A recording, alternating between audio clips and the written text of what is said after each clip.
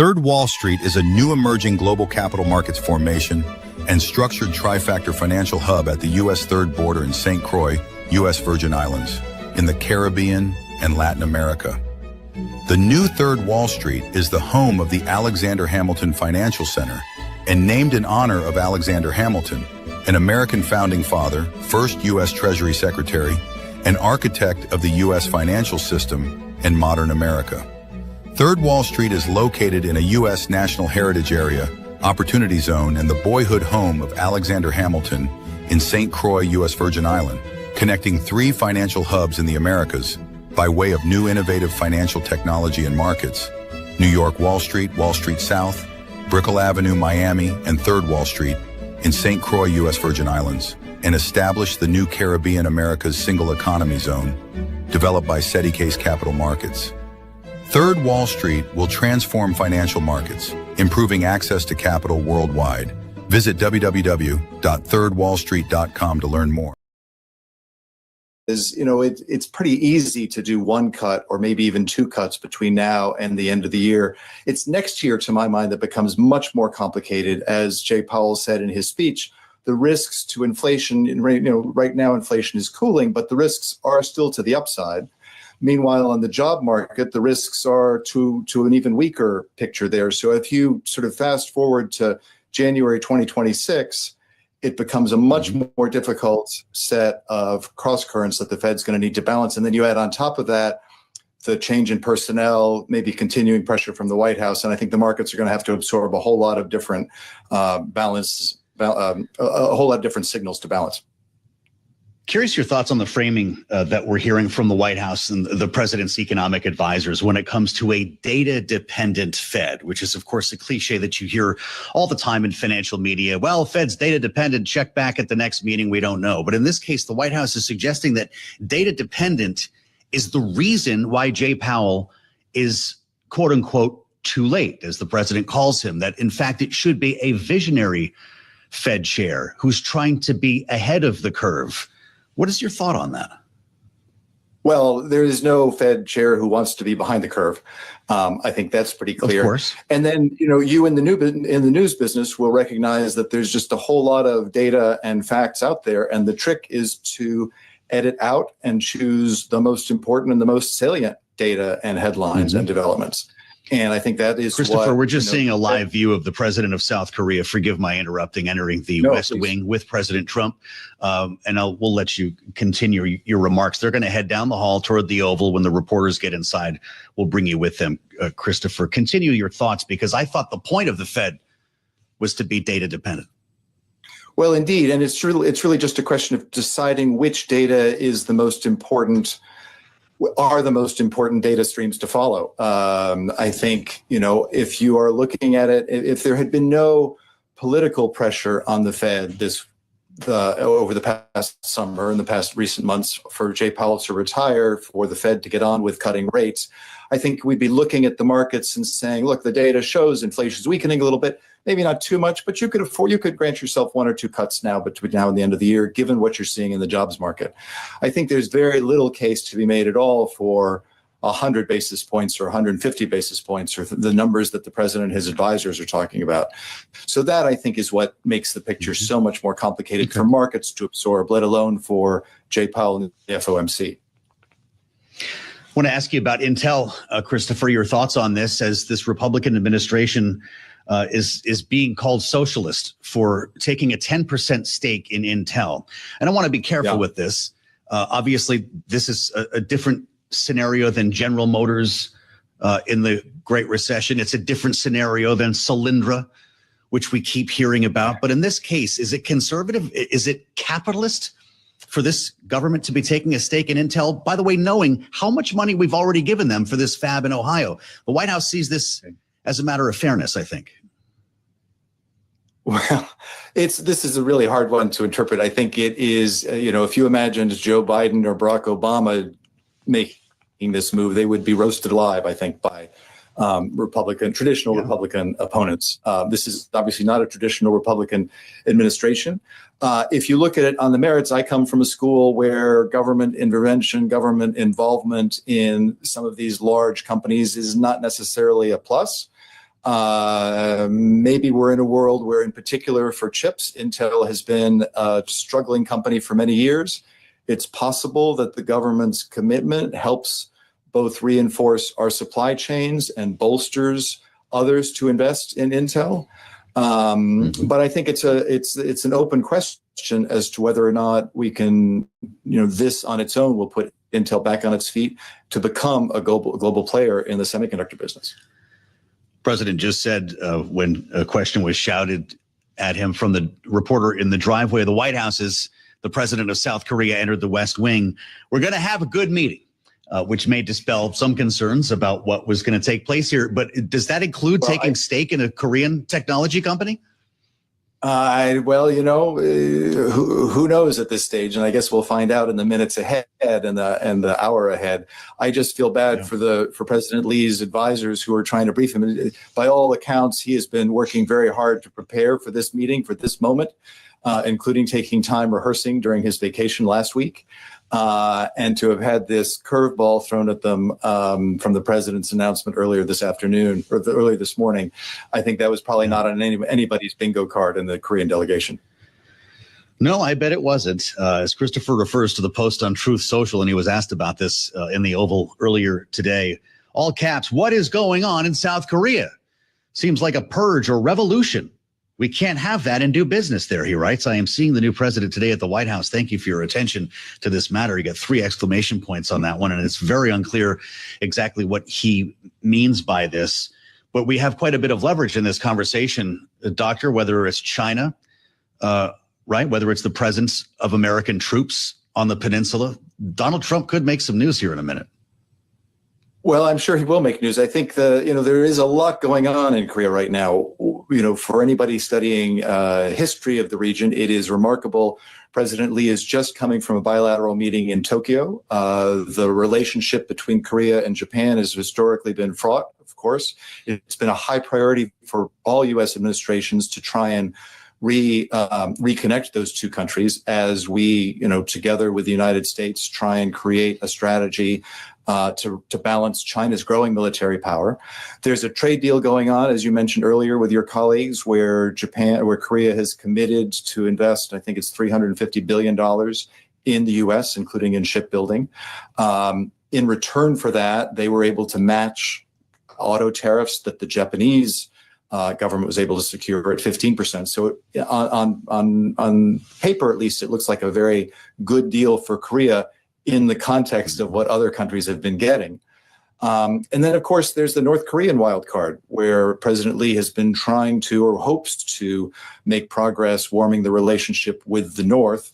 President Trump, as you recall, had a very high-stakes summit with President Kim in his first term that led nowhere.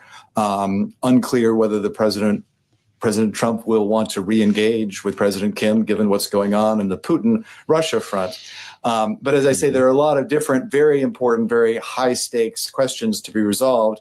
And this last-minute tweet on the part of the president kind of adds a whole new dimension that I'm not sure probably was designed to maybe throw the Korean delegation off balance a little bit as he tries to secure what he wants to secure from this meeting. Something we've seen before. Great to talk to Dr. Christopher Smart, as always. Doc, thank you so much. Enjoy Boston. This is the sweet spot. This is the best time of year to be walking around Boston Common, even if there are helicopters above. Founder, managing partner, Arbroath Group, a veteran of the Obama White House, where he was on the National Economic Council, former special assistant. We're going to assemble our panel coming up. Rick Davis, Roger Fisk with us today as we wait for this meeting to kick off in the Oval Office. Want to check on the Monday trade in the meantime. Charlie Pellet with a bit of a pullback from the action we saw on Friday. How's it look, Charlie? Right now, little change on the S&P. Joe Matthew, again, welcome back. We have got the S&P down 2 points right now, down under 0.1%. The S&P 64.64. The record on that index 64.68. Dow Jones Industrial Average down 226, also pulling back from Friday, down 0.5%. But NASDAQ higher by 56 right now for the NASDAQ Composite Index. That is a gain of 0.3%. A rally that puts stocks on the brink of record sputtered. Bond yields rose as euphoria around Federal Reserve rate cuts eased ahead of a key inflation reading. The 10-year 4.27%, the 2-year right now 3.72%. Gold a little changed, up $1 the ounce, 33.72, under 1/10%. West Texas Intermediate crude up 2.2%, 65.05 a barrel. And Bitcoin now up by less than 1/10%, 112,813 on Bitcoin. As for what's driving the market right now, Keith Lerner is Chief Market Strategist at Truist Advisory Services. My big picture is, the rate cuts on the margin are positive, but it's not the main driver. I mean, think about the market this year. We're up double digits and the Fed hasn't cut. So you want to keep that door open, but I don't think it's the most important thing. I think those earnings are actually the most important. We just had a great earnings season. Keith Lerner of Truist Advisory Services. Deal news on this Monday. Texas-based Crescent Energy has agreed to buy rival shale oil producer Vital Energy for about $733 million. Right now, we do have shares of Vital surging by 14.8%. Crescent Energy is down by 5.3%. For on-demand news 24 hours a day, subscribe to Bloomberg News now wherever you get your podcasts. I'm Charlie Pellett. Back we go to Washington. Once again, your host, here he is, Joe Matthew. Okay, many thanks, Charlie Pellett. His read on Wall Street here at the lunch hour as we consider the potency of the sandwich guy. I wonder what Charles Dunn is doing right now on this Monday in August, having lost his job a couple of weeks ago. Well, it was just about a week ago after he threw a sandwich at a federal officer here in Washington, D.C. Maybe you heard about this. Maybe you actually saw it when it happened. This guy running through the streets looked like maybe he'd had a little fun that evening. He got face to face with a federal officer and started screaming at him to get out of the city after he threw a Subway sandwich at the officer. A CBP agent who was patrolling Metro Transit Police alongside Metro Police in Northwest D.C. about a week ago. Sandwich guy was arrested. Sandwich guy also lost his job at the Department of Justice, and Sandwich guy has become an icon. Are you seeing this on YouTube? They're showing up at protests with Subway sandwiches, holding them in the air. And look at the murals there in D.C. This is part of what you see when you walk around here now, not just uniformed federal officers and National Guard troops, but there, the sandwich guy in a Banksy-style mural in Adams Morgan. They're showing up all over the place. And if you want to go Google it now, you can buy any number of T-shirts featuring sandwich guy or just the sandwich. Free DC whistles are going out, and the murals are making their way around. This is big for Etsy, right? They sell all the impromptu T-shirts. Producer James, not with us today, is out trying to get some Sandwich Guy T-shirts. He'll be back tomorrow. But it brings us to the matter at hand, and that is, of course, the deployment of federal law enforcement and, yes, National Guard troops on the streets of American cities. The federal city is one thing. The president has a certain amount of leeway here when dealing with the home rule law as it exists in Washington, D.C. Other cities in actual states become a bit more complicated. And we're looking at you, Illinois, because the president says that Chicago is likely next. This is what he said a short time ago. I made the statement that next should be Chicago because, as you all know, Chicago is a killing field right now. And they don't acknowledge it. And they say, we don't need him. Freedom, freedom. He's a dictator. He's a dictator. A lot of people are saying maybe we like a dictator. I don't like a dictator. I'm not a dictator. I'm a man with great common sense. I think we should really let them have their city, let their city go to hell. And when they come and beg us to help, the only problem is we want to save it for the big, because the people want us there. Add Baltimore, as he mentioned on social media yesterday, got Wes Moore all worked up about it. He said New York is probably on the list as well, and they might just go back to L.A. It's really interesting, though, when you consider Sandwich Guy and you start thinking about the types of crime that are being fought on the streets of a place like D.C. Devlin Barrett at the New York Times spent a day over at the federal courthouse, not very far from where I'm sitting here, to see what kind of cases are coming in. Who are they arresting? What did they do wrong other than throwing salami sandwiches? It was salami, we understand. Quote, one man had been arrested over an open container of alcohol. Another had been charged with threatening the president after delivering a drunken outburst. And one defendant's gun case so alarmed prosecutors that they intend to drop the case. We also know that the White House is sending out video crews to get footage of the troops and the federal police cracking down and making arrests. Because, of course, a lot of this is about optics and deterrence, if you ask the administration. And that's where we start today with our political panel. Rick Davis is back, Bloomberg Politics contributor, Republican strategist, and partner at Stone Court Capital, alongside Roger Fisk, former special advisor to President Barack Obama. And yes, by that, I mean Democratic strategist. Gentlemen, it's great to see you both. Welcome back to Bloomberg. Here we go again. Rick, I don't know your thoughts on Sandwich Guy here, but at what point could the president be over his skis on this? He's right. A lot of people support this. This is playing well in terms of polling, at least outside of Washington, D.C. People like to see the crackdown, including some people who do live here. But if this includes Chicago, New York, and other cities, when does the blowback come? Yeah, it's kind of hard to tell what kind of blowback would come. But I would say, just for the record, it is disrespectful to society at large and to the police and law enforcement to do things like throw sandwiches at them. We can't be for that, right? That can't be a symbol of liberation. We rue the day that we start to lose respect for law enforcement, regardless of who the president is and regardless of what orders they've been given. These are good people who serve their communities, and they put their life on the line when they show up for work every morning. So, to me, that's a no-brainer. We should not glorify Sandwich Man. Two, this is an amazingly difficult issue, I think, for Democrats to grapple with, because there are severe limitations to their appeal to voters if you look at it politically on the issues of law and order.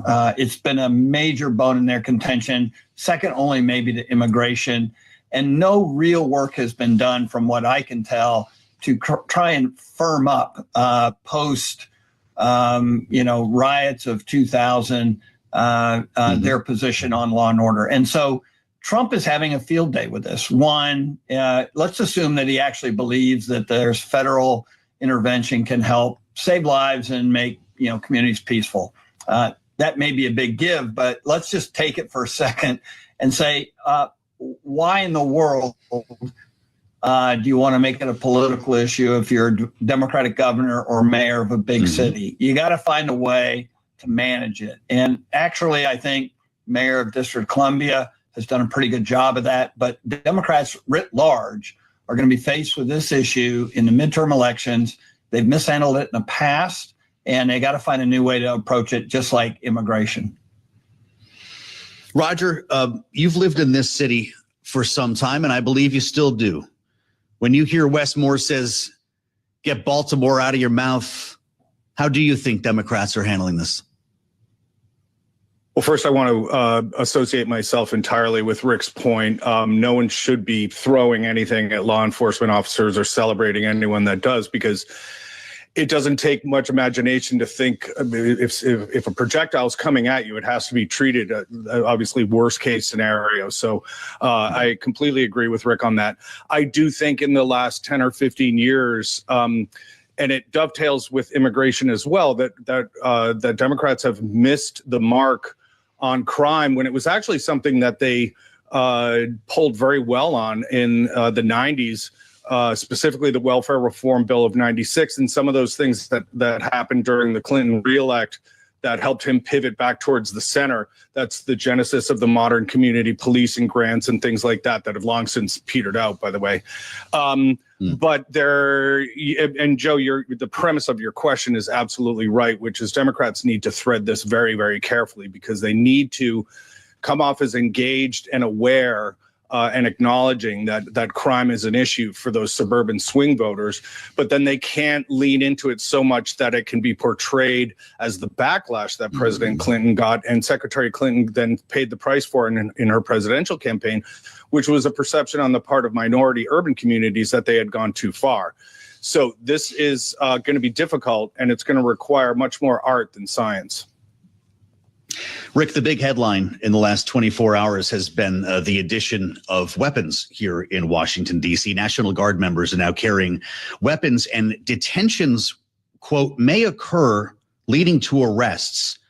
A statement from the administration over the weekend, which may confuse the involvement of the military here on city streets, but they're carrying M4 carbine rifles, M17 pistols.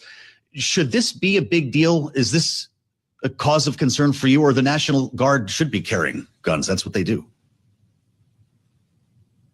Well, that's what they're trained to do. And so anytime you deploy National Guardsmen, you are deploying people who are trained in the use of those weapons and are used to carrying them, right? It's actually a bit of a duck out of water, if I could say that, to have them on the streets of Washington fighting crime without the ability to protect themselves. That being said, I thought even a bigger issue was the president's executive order on creating a specialized unit within the National Guard that would be used for these kind of urban operations. And that creates sort of a permanent capacity, not just one of these one-off things. We're going to send 100 troops to LA, a couple hundred to Washington, D.C., more to Chicago. This would actually create a training and command structure around the use of National Guard's people in urban environments. And so the exception now will become the rule. But the really interesting thing that he indicated today, as it relates to our earlier conversation, and Roger, I think, was spot on with the Democratic political conundrum on law and order, is, gee, maybe we ought to have Congress vote on this, right? Because what he wants isn't to pass that bill. He probably has authority to do it as president. He wants Democrats to vote against it going into the midterms. And I thought that was a pretty shrewd move on his part. Well, if that's the political construct here, Roger, Democrats have a lot to think about. I will note, as CBS wrote as well, following some of the National Guard troops around to see what they were doing, seen in many cases with sidearms as they were patrolling at Union Station, the big train station here near the Capitol. Some troops have fed squirrels, it says. One Guard member helped a woman carry her belongings down the stairs in a train station. Others have been seen taking photos with passersby, standing around, chatting, drinking coffee, talking with tourists. Roger, does that reinforce the idea that this is in fact about optics and not about law enforcement? Well, the whole idea that they're parked down along the mall, I guess, policing how much ketchup people put on their hot dogs and things like that seems to be a waste of time. If only there was a Department of Government Efficiency that could look at this kind of usage of manpower and equipment. I want to touch on one element of Rick's answer and your question about being armed, because it's a deadly serious one. No one questions that the National Guard is trained in the use of their firearms, but what they're lacking is, and one of the big emphasis in urban policing now, is developing the skills to de-escalate situations. So a lot of what police officers focus on now is keeping things from a boiling point, trying to bring in a female officer if it's a domestic situation so that they can split a husband and a wife and get them comfortable talking to the law enforcement officers that are trying to intervene. All these things that are based on de-escalation, search and seizure procedures, all these different things that the National Guard is not trained to do. And we have a tendency in this culture, we do it with nurses, we do it with teachers, and we do it with cops, is to put people in situations where they're not trained to either be a mental health counselor in schools or a first responder for a teacher or any number of things. And I don't think that we're putting the National Guard in a situation where they can actually exercise their skills, because they're not necessarily trained to do anything other than go straight to that worst case scenario, which is when a weapon does need to come out. So largely, I think it's performative. I can see, obviously, the political benefit that the president is reaping from it. But similar to almost his tweet about the South Korean president, one wonders kind of what is the framework here? What's the end game? What's the life cycle of this? And all of this remains undefined. Is it a month? Is it a year? Is it 5 years? Like, how long does this go on? And those are the things that I think reflect the lack of a programmatic policy core to him as an individual and the administration writ large.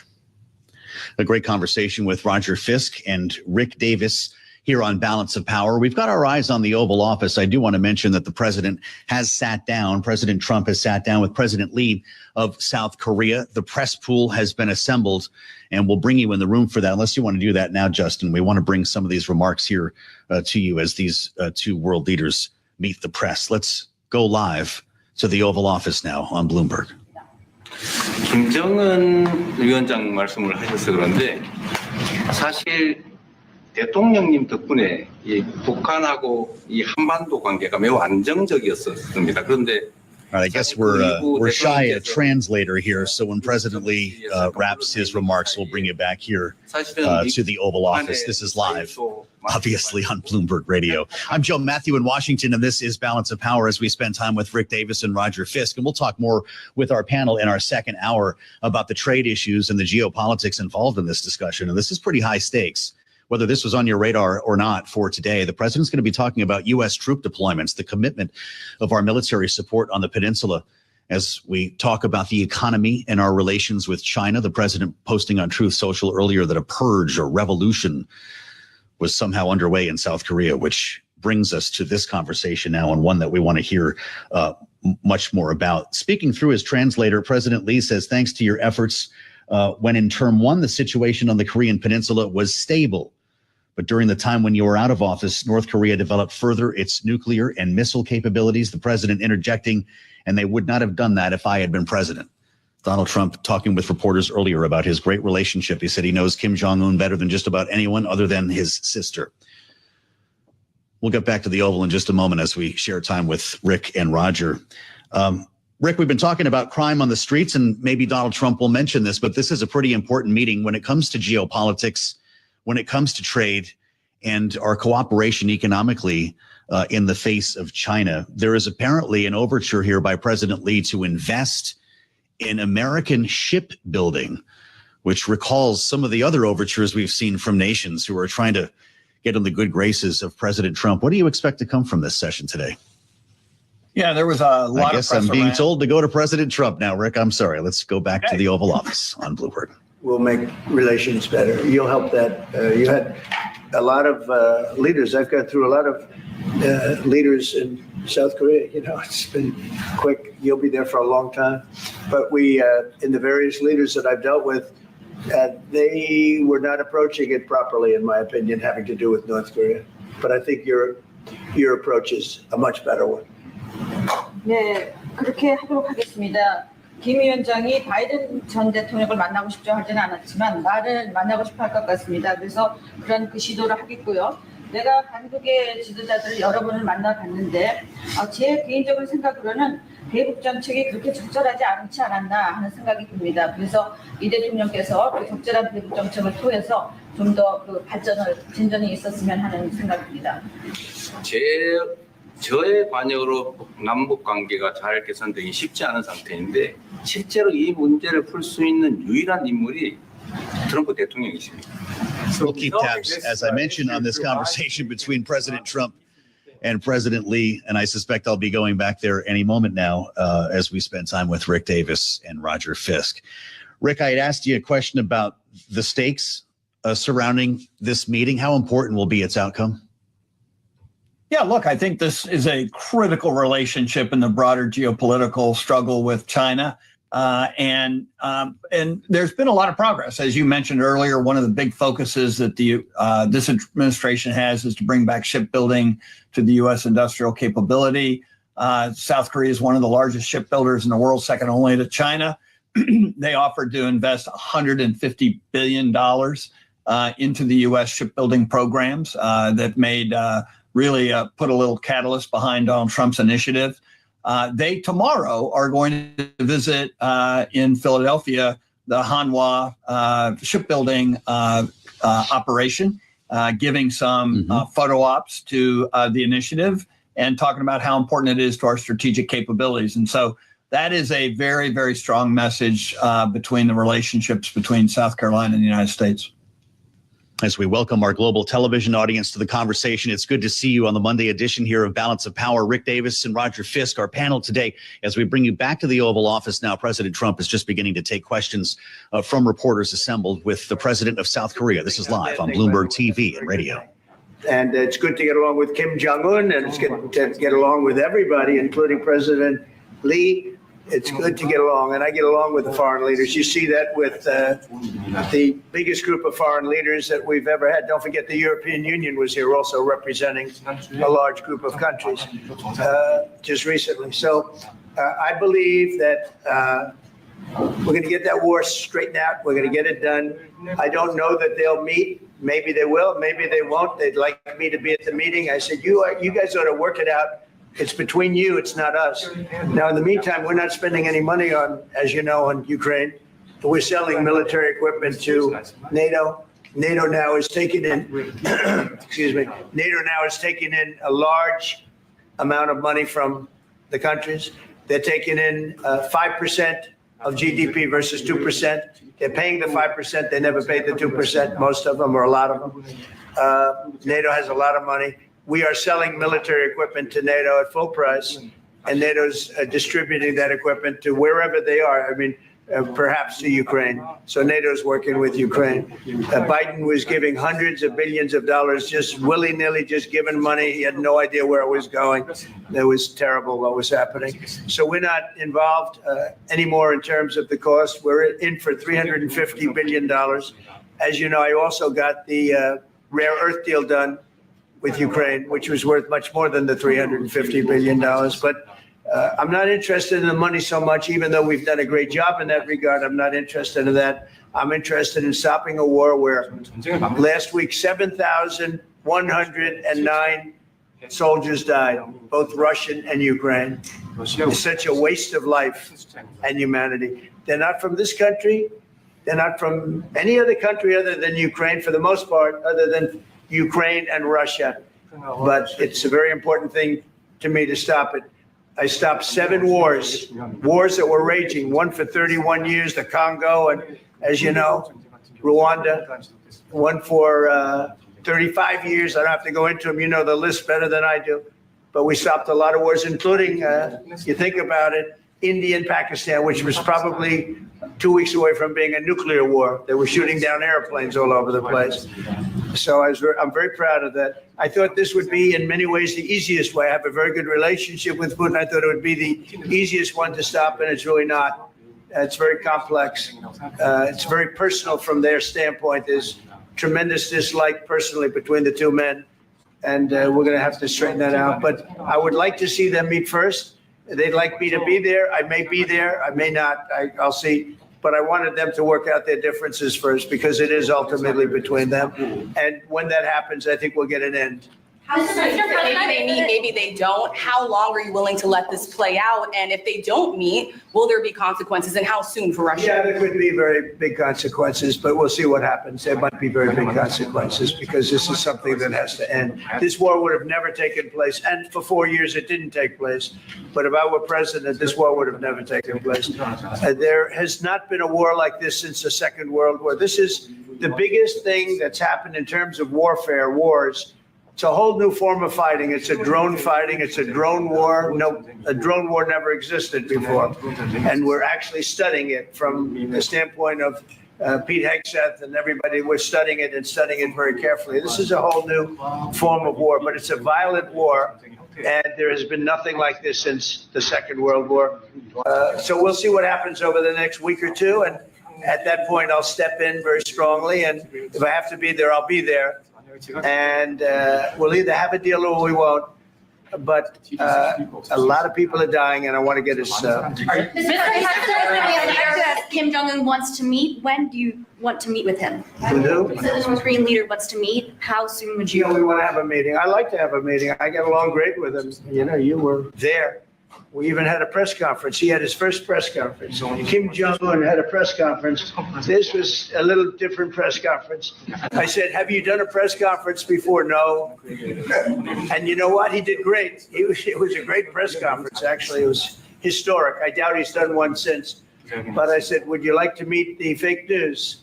Because whatever you want to do. And they came in like, you've never seen anything like it. And then he said, enough. And that was the end of the press conference. That was the end. It ended very rapidly, but I think he had a good time. I look forward to meeting with Kim Jong-un in the appropriate future. Will you reduce the number of forces in South Korea so that the United States could have more flexibility in the region? Would you consider reducing the number of U.S. forces in South Korea so that the United States can have more flexibility? Well, I would say that now because we've been friends and we're friends. And look, we have a lot of people. We have over 40,000 troops in South Korea. As you know, South Korea agreed to pay for that during my last term. And then when Biden came in, they complained to Biden that I wasn't a nice person. And he agreed not to pay. He gave up billions of dollars. We were getting paid billions of dollars. But then Biden ended that for whatever reason. It's unbelievable that he did.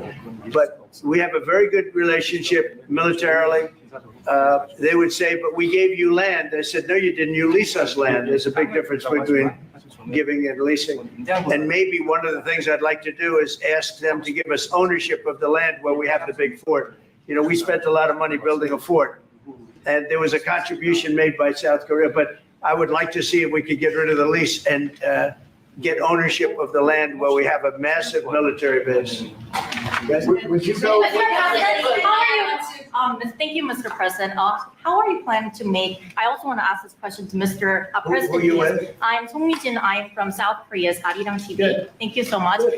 So as mentioned earlier, the United States is South Korea's most important and closest ally. So in this point of view, I would like to ask you and also President Lee, what do you think are the key ways to make the South Korea-U.S. alliance greater? Well, I think it's great now. I feel very warmly toward South Korea. I will tell you that I have a lot of people in business that I deal with that are from South Korea. They love Trump because they feel I've saved. I think you would have had a nuclear war if I were. I think you would have had a nuclear war, North Korea and South Korea. I think it would have been a disaster. You're only 60 miles away from Seoul. They don't even need nuclear. They have their cannons, howitzers, and they have them buried in the mountain. You know what I'm talking about.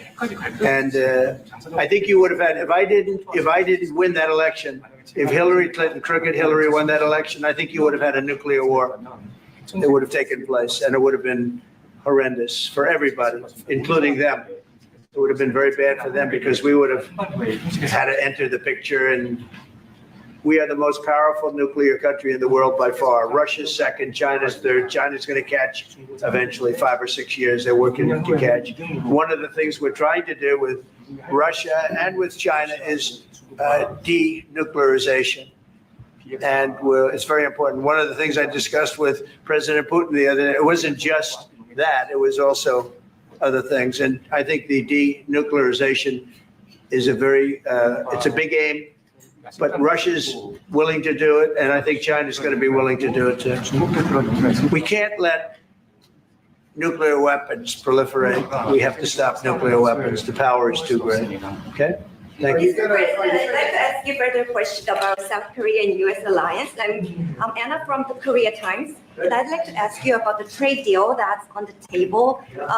You mentioned about the shipbuilding industry, and President Lee mentioned about the manufacturing industry. And what other areas or sectors that you intend to focus on this trade deal? Because Korea is bringing in many investments and trade jobs as well. So I'd like to know the opinions of both, how to get a beneficial outcomes for both countries through this deal. Well, we're going to get along great because we really sort of need each other. We love what they do. We love their product. We love their ships. We love a lot of the things that they make. And they love what we have. We're dealing with them on Alaska having to do with the oil. You need oil and we have it. So we have a big advantage in that way. We have more oil and gas and coal and energy than any other country in the world by far. No, for whatever reason, God was very good to us. He gave us the greatest. We didn't use it. We started to use wind. Wind doesn't work. They started to use solar panels that took over the land all over the Midwest, where the farmers said, what happened to my land? They'd have a 10-mile by 10-mile solar field that they couldn't farm. The most valuable farming land in the world, probably the most vibrant in the world. And they put solar plants all over the place. It's ridiculous. Big, massive black fields of solar that all comes out of China, all plastic. all comes out of China. But we have the greatest amount of energy in the world, and we're dealing with South Korea, as you know, in Alaska, and we're going to be making a deal, a joint venture with South Korea. Japan is involved also, very strongly involved. So we have Japan and South Korea, and we're actually the closest. You know, it seems like quite far away, Alaska and Korea, but actually it's right up the little ocean, right up the little Pacific Ocean.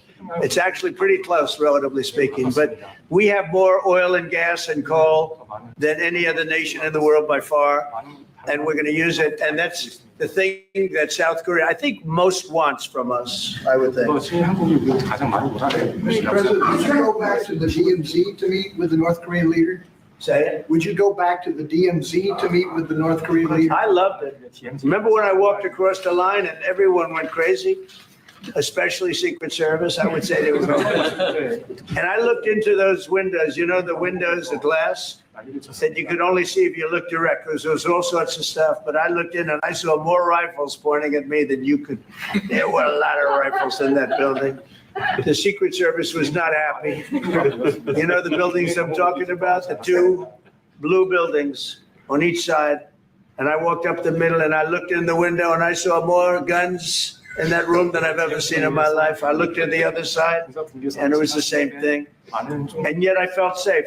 I felt safe because I have a great relationship with Kim Jong-un. I hope it stays that way. I think it will.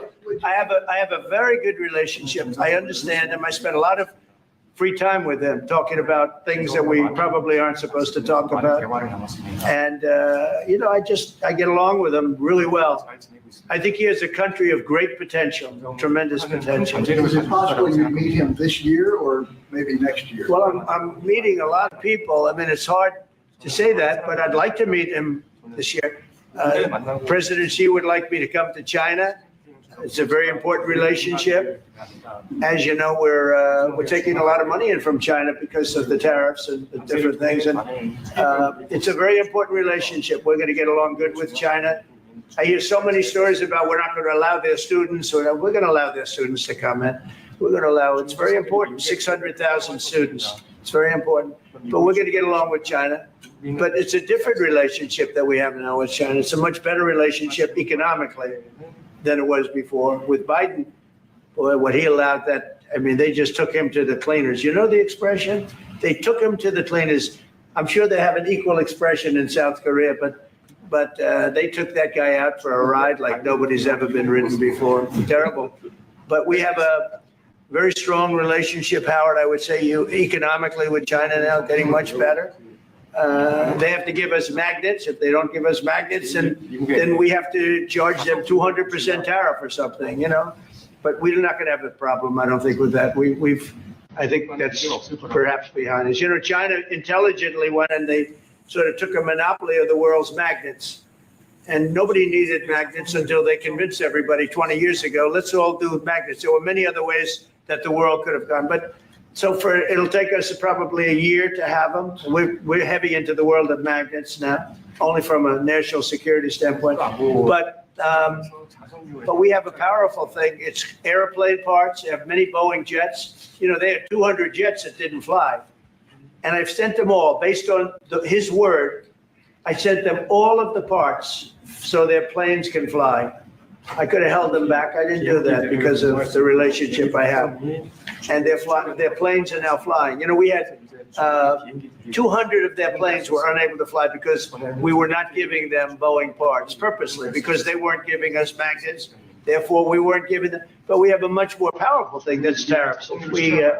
If we wanted to put 100%, 200% tariffs on, we wouldn't do any business with China.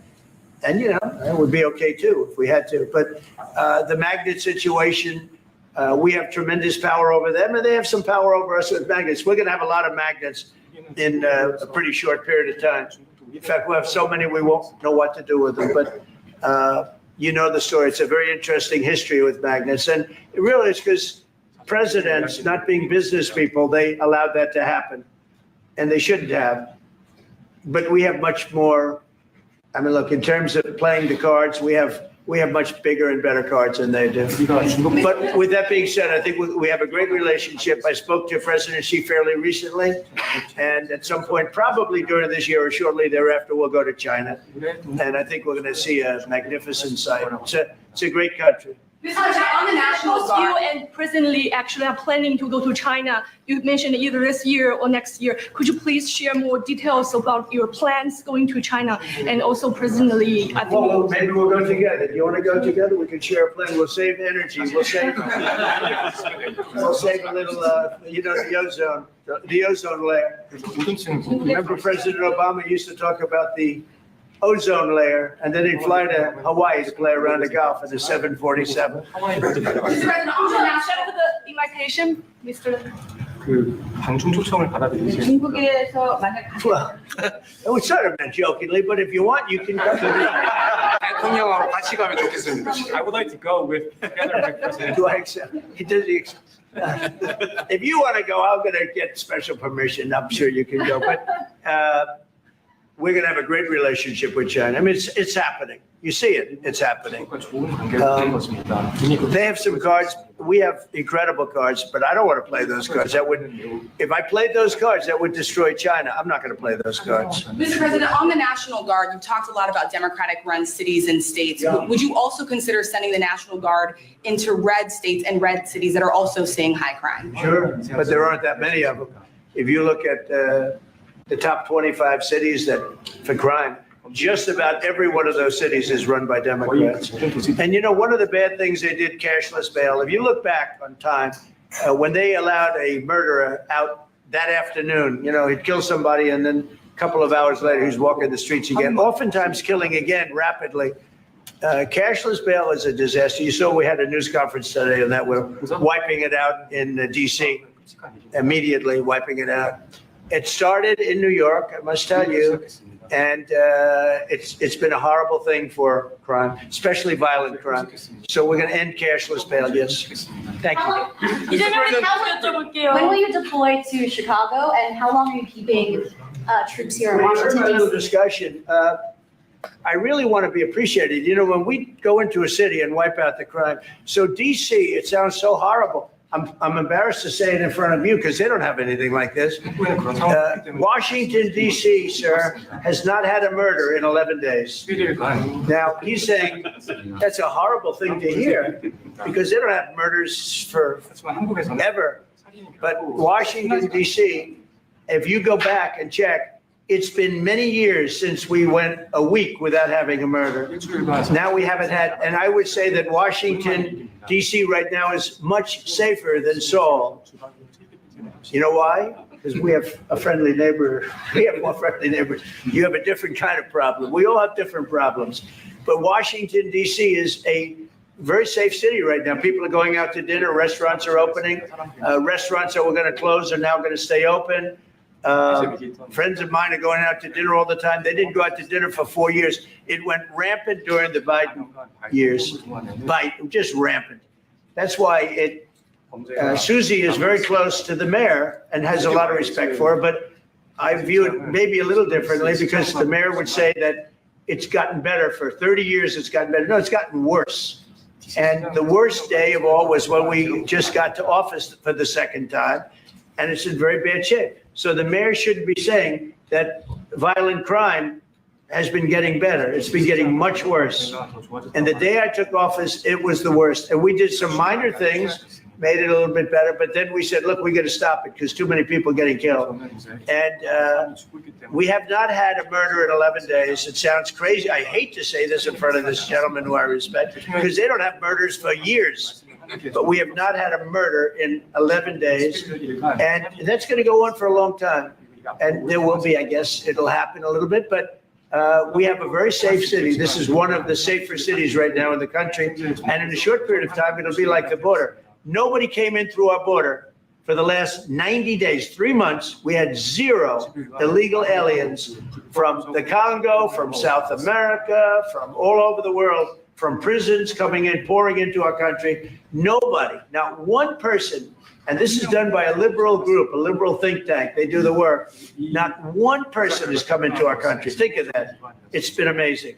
And I didn't have to go back to Congress and ask Biden could have done this by himself. I did. I said, close the borders. We had the great Tom Homan. We had Christie, as you know, Christie Noem, who did a fantastic job. She's doing a fantastic job. Pete Hegseth has been incredible with the, as I call it, the Department of War. You know, we call it the Department of Defense, but between us, I think we're going to change the name. You want to know the truth? I think we're going to have some information on that maybe soon. But I think because, Department of Defense, we won the World War I, World War II. It was called the Department of War. And to me, that's really what it is. Its defense is a part of that. But I have a feeling we're going to be changing. I'm talking to the people. Everybody likes that. We had an unbelievable history of victory when it was Department of War. Then we changed it to Department of Defense. So that's a little thing, has nothing to do with your country, but it's something that I think you're going to be hearing about or seeing about over the next couple of weeks. Probably that change is going to be made over the next week or so. Are there two Koreas, North and South, or is there one Korea waiting to be unified? Well, I know it is two Koreas. I mean, there was one Korea. It was a very large country and a very powerful country. And it was a country that went to war with China. President Xi explained it. Went to war with China many times over the last 2,000 years. He had many, I think he told me 51 times. So I remember I went to President Xi. I said, we're having a problem with North Korea. Straighten it out, would you please? He said, well, we have been to war with them. And I think he said 51 times. But at that time, it was the whole of Korea. It wasn't, North and South. And after he explained it, I said, all right, not going to be that easy. I guess you're right. But, you had one Korea, and it was a very big, powerful nation. Now you have two big, powerful nations, but you have essentially a wall in between. Comments, the post and comments you made on South Korea early this morning, like raids on churches, going into U.S. military base, purge, revolution. How do you think about it? And 이재명 대통령께도 질문드리겠는데요. 저희가 이제 빛의 혁명이나 내란 사태 극복하는 과정에서 이런 일들이 좀 벌어졌다고 말씀하신 것 같아요. I heard from Intel that there was a raid on churches. We're going to talk about that later. I haven't spoken about it yet, but when we meet, and that would be too bad if that's the case. But I did hear that from Intel, that there was a raid on churches, closing some churches. So we'll talk about that later. I could ask you now if you want. Mr. President, what conversation? Wait a minute, please, if you'd like. Because it didn't sound to me like South Korea. 간단하게 말씀을 드리면 지금 대한민국은 아시는 것처럼 친위 쿠데타로 인한 혼란이 이제 극복된 지 얼마 안 된 상태고. President Lee is speaking now without live and simultaneous translation. This is live from the Oval Office as President Trump brings up something that he had mentioned earlier today on social media. He referred to a purge or a revolution underway in South Korea, saying we cannot have that and do business there. I'm seeing the new president today at the White House. And of course, here they are together in the Oval Office. And we want to get a better sense of how he is answering this question and whether it does provide any barriers to doing business with South Korea. Korea has overcame. Let's keep listening live on Bloomberg. Turmoil following the self coup by the former president. Currently, there is a fact-finding investigation by a special prosecutor that was appointed by the National Assembly. And this special prosecutor... Is his name deranged Jack Smith, by any chance? They took him from our country. They put deranged Jack. He's a deranged, sick individual. But go ahead. Go ahead. I'm only kidding. Maybe I'm not. And that special prosecutor is not under my control. And so the special prosecutor is conducting a fact-finding investigation. And I would like to explain about what you said about U.S. bases. They did not conduct a search and seizure of American bases, but they looked into the chain of command and the control system of the Korean military.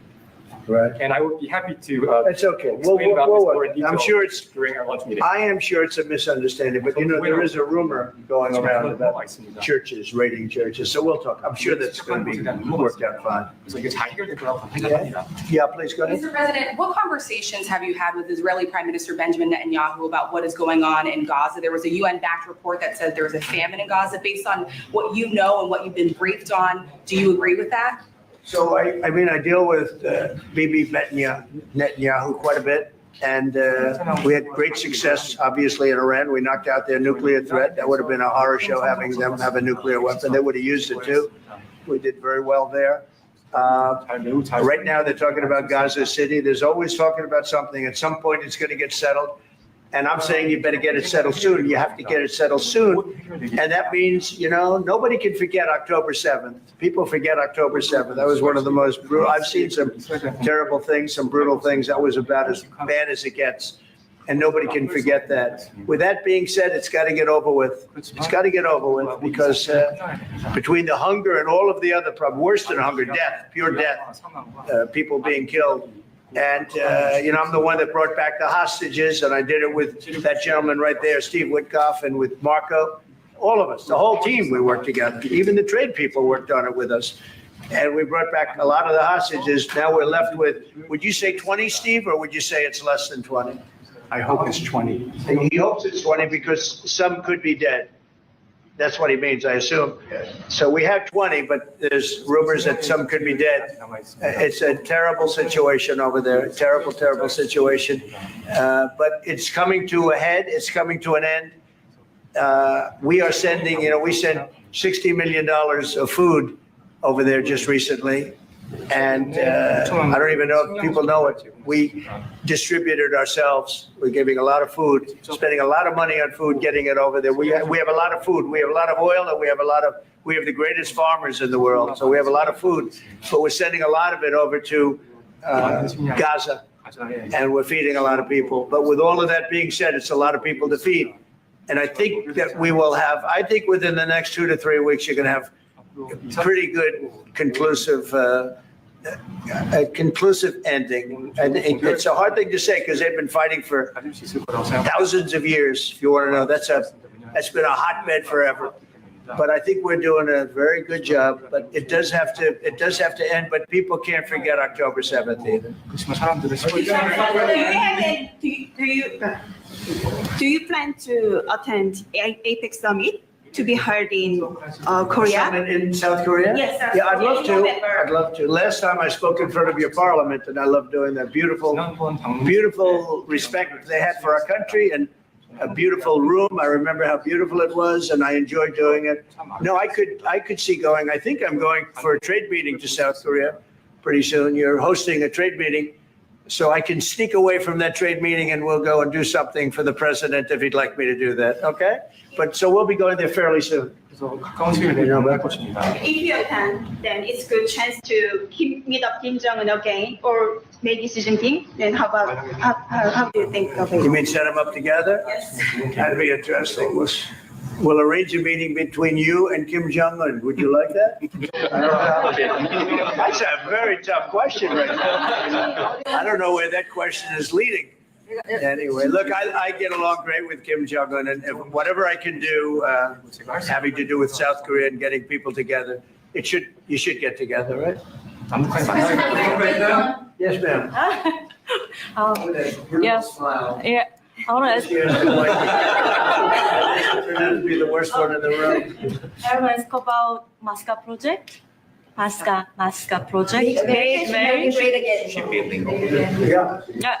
Oh, yeah, sure. Yeah. We're going to do that. Yeah. I think we're going to do that very strongly. We're going to have a big, within a period of, it takes a while. That's a hard one to start. Some companies you can start easily. Shipbuilding's a tough one to start, but we'll be doing that. Now, with that being said, we make the best submarines anywhere in the world. We make submarines. We're 25 years ahead of anybody else in submarines. So we do that, But we really gave up the shipbuilding industry foolishly. many years ago, but we're gonna start it up again. We're gonna be making our own chips again soon. Okay, how about one or two more? Have you been briefed on the search of John Bolton's home and office from Friday? Have you been briefed I on have that? not been briefed. No, I read it just like you did. I was never a fan of his. I thought he was stupid. I thought he was, a guy that only wanted to go into war. He liked killing people. I thought he was essentially a bad guy, but I'm not involved in that. No, you'd have to ask Pam Bondi about that. Are more raids coming, sir? Are more raids like that coming, sir? Are more raids like the one on John Bolton's house coming? More raids? I don't know. You'd have to ask the Department of Justice. They raided my house, I can tell you that. They did a big raid on my house. They took away everything that wasn't pinned down, and they took away some of that too. No, they raided Mar-a-Lago. They started that. These were bad people that we had in our government before. They raided Mar-a-Lago. They went into my wife's area. They went into my son's area, my young son. And what they did was a disgrace. But how did it work out? I see. We're in the overall. I guess it didn't work out too well for them, did it? They are bad people. They're sick. They're sick people. And they came in with their guns into Mar-a-Lago, like 98 people. I wasn't there. Fortunately, I wasn't there. But they are very evil, very sick people, that group. And if they would have won the election, this country wouldn't exist as we know it. This country would have been a failed country. And now it's the hottest country anywhere in the world by far. We are the hottest country in the world by far. Okay, another question. One more on yes, sir, go ahead. Yeah. President Lee met with the Japanese Prime Minister before this summit. That's good. So is there something to discuss regarding the cooperation among the South Korea, US, and Japan? I think so. Look, Japan is a great ally of us, and I had a little bit of a hard time getting you two together because you're still thinking about comfort women, right? Comfort women. That's all they wanted to talk about was comfort women. And I thought that was settled a few times over the decades. But there is an overlapping problem with that. Perhaps I'm wrong in saying it. Perhaps this isn't right, but the whole issue of the women, comfort women, very specifically, we talked, and that was a very big problem for Korea, not for Japan. Japan wanted to go. They want to get on. But Korea was very stuck on that. Do you understand? So I don't know. Perhaps you'd like to answer. It's a good question. It was hard getting Japan and Korea together because of what took place a long time ago. But Japan wants to do it, I can say. Korea is a little bit more tenuous. Please. 지금 질문은 그 3자 끝나게 됩니다. 우리 한미일 협력은 매우 중요한 과제고 또 한미 관계의 발전을 위해서도 한일 관계가 어느 정도 수습이 돼. President Lee taking another question here as they talk geopolitics and trade in the White House today. This is live from the Oval Office with President Trump and President Lee. Let's listen to the translation. U.S. relationship as well. 그래서 대통령께서 한미일 협력을 매우 중시하고 계시기 때문에 제가 대통령을 뵙기 전에 미리 일본과 만나서 대통령께서 걱정하실 문제를 다 미리 정리했다 이렇게 생각해 주시면 좋겠습니다. Because I know that President Trump, that you put emphasis on trilateral cooperation, right. I made a visit to Japan before coming to the U.S. to settle the difficult issues that we have. Good. Well, Japan wants to get along very well with you. And I find them to be great people, great country, obviously. And they want very much to get along with South Korea. And you have something in common. You want to solve the North Korea problem. But Japan very much wants to get along with you, and I'm sure they will. I find the people that I deal with to be wonderful people, as I do with you. 한국도 마찬가지입니다. 이번에 일본에 가서 이시바 총리를 만났을 때 그 전에 우리가 가지고 있던 여러 장애 요소들이 많이 제거됐다는 생각이 듭니다. So when I visited Japan and met with Prime Minister Ishiba, I realized that many of the obstacles that existed between our two countries have now been removed. True. During my term. We removed them during my term. There was an overlay a little bit, but we removed many of those obstacles during my term. And, if you look at Prime Minister Abiy, who was a great man, he was a great friend of mine, and he was assassinated. But he felt very warmly toward your country, I can tell you that. And the current Prime Minister, who I've gotten to know very well, feels the same way. So I think you're going to have a great relationship with Japan. Steve, go ahead. Just to close the loop on Gaza, is there a diplomatic push underway to try to get all this to end? Oh, there's a diplomatic push? No, is there? There has been, yeah, sure. Right now, Steve, I would say very serious diplomatic push. Marco or Steve, Marco, do you want to answer that first? Yeah, it's never stopped. We've always looked to find a solution there. Ultimately, as the president said, we want it to end. It has to end with no Hamas. Thank you, sir. Steve, where are we?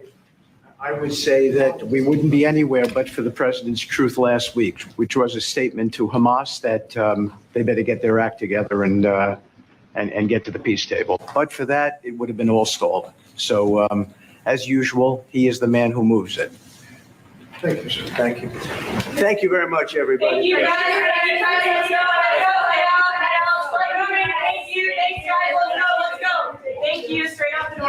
Thanks, guys. Let's go. And the press being excused from the Oval Office after a lengthy conversation with President Trump and President Lee of South Korea visiting the White House today to talk about a range of issues, as we just brought to you live here on Bloomberg TV and radio.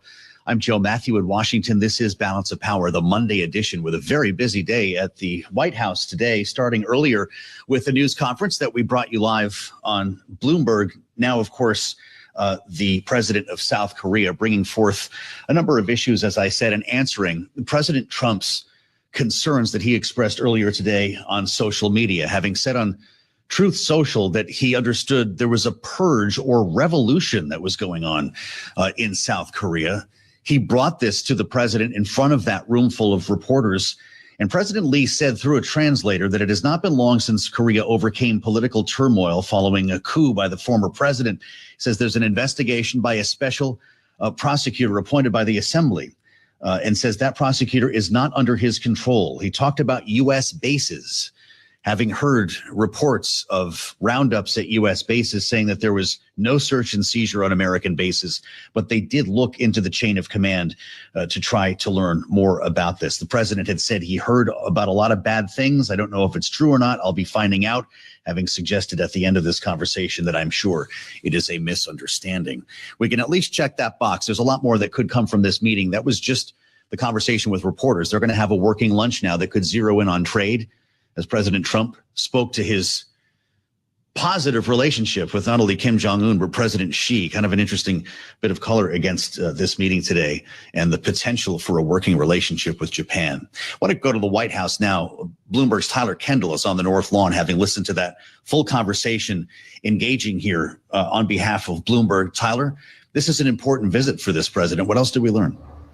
Yeah, hey, Joe, an incredibly high stakes visit. And as you outlined, it was a relatively friendly welcome for the South Korean president, given the stakes ahead of this and President Trump's previous comments on Truth Social. The president said that he thinks the alliance between the U.S. and South Korea is great and that the country's relationship is warm. He even perhaps joked that the South Korean president and himself can travel together to China to meet Chinese President Xi Jinping. Of course, that did appear to be a joke. It was met with laughter in the room, but it does, of course, underscore really the heightened geopolitical ties here, how important an alliance South Korea is when it comes to the U.S. and countering tensions in that region. I will point out that President Trump confirmed that he would like to attend the APEC summit in South Korea happening in October. And I bring that up because it has long been speculated that that could be the potential site for a Xi-Trump meeting, just continuing here when it comes to President Trump's comments around China, also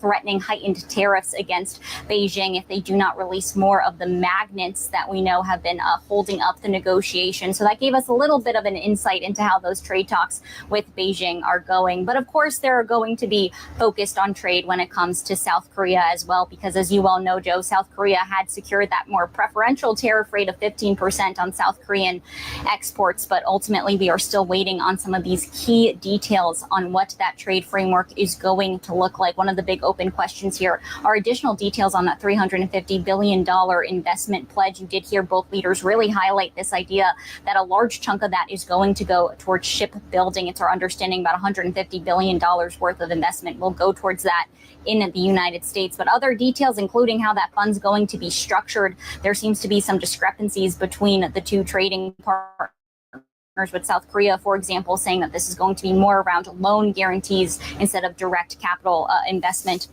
as just one example there. Just lastly, Joe, I'll leave you with something that you also mentioned at the top, which are ties with North Korea. Bloomberg News had reported earlier today that a top official to the South Korean president was planning to ask President Trump to reopen dialogue with North Korea, something, as you well heard, President Trump seemed open to, saying himself that he has plans to meet with the North Korean leader Kim Jong-un in appropriate time. So much to talk about here, Tyler. That was quite a session. The president also was asked about Ukraine and whether Vladimir Putin would make good on what seemed to be a promise to meet with President Zelensky during the Alaska summit. We have since heard from Sergei Lavrov that there is no plan at the moment for that meeting to occur. And President Trump said there could be big consequences if they do not meet. Do we have any sense of what he meant by that? So this is actually a message, Joe, that President Trump had reiterated from last week. He had threatened last week that there would be big consequences if a bilateral, then trilateral meeting did not happen. And he said that that could take the form of additional economic sanctions. But he also said last week that this could take the form of the U.S. just doing nothing, stepping back and saying that it is up to you to figure this path forward, because we heard the president say what we have often heard, which is that it takes two to tango, in his words, when it comes to these negotiations. And he's really urging Russian President Vladimir Putin to come to the negotiating table. We know that a big sticking point here does appear to be those security guarantees, which was a huge focus of our discussion last week when we saw half a dozen European leaders descend here to the White House and try to show some sort of forward progress towards any sort of a deal for peace in Ukraine. Our reporting indicates that the Kremlin is now asking to be directly involved in what those security guarantees are going to look like with Ukraine, which is obviously problematic for those talks going forward. So President Trump now threatening big consequences if they do not come to the negotiating table. We're going to have to see what that timeline looks like. He's floated a couple of weeks, a couple of times, but at the end of the day, we're probably looking at perhaps some heightened economic penalties. Whether or not that sanctions remains to be seen.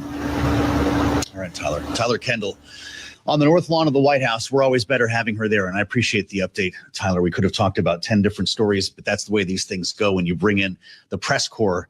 And nice to see them all in the Oval Office getting answers to questions here live on Bloomberg.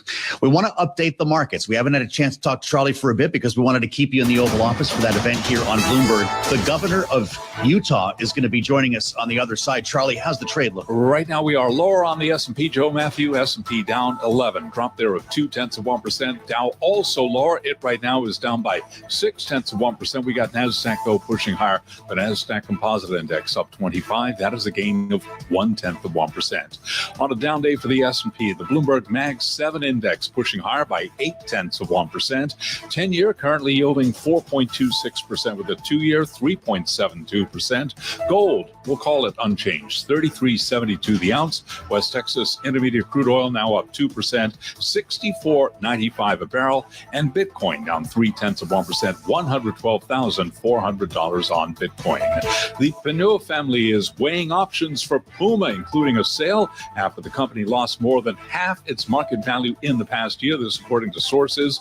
Right now, ADRs of the sneaker maker, they're up by 15.4%. Berkshire Hathaway not in the market to buy a train company. That, according to CNBC, Berkshire shares down by 1.1%.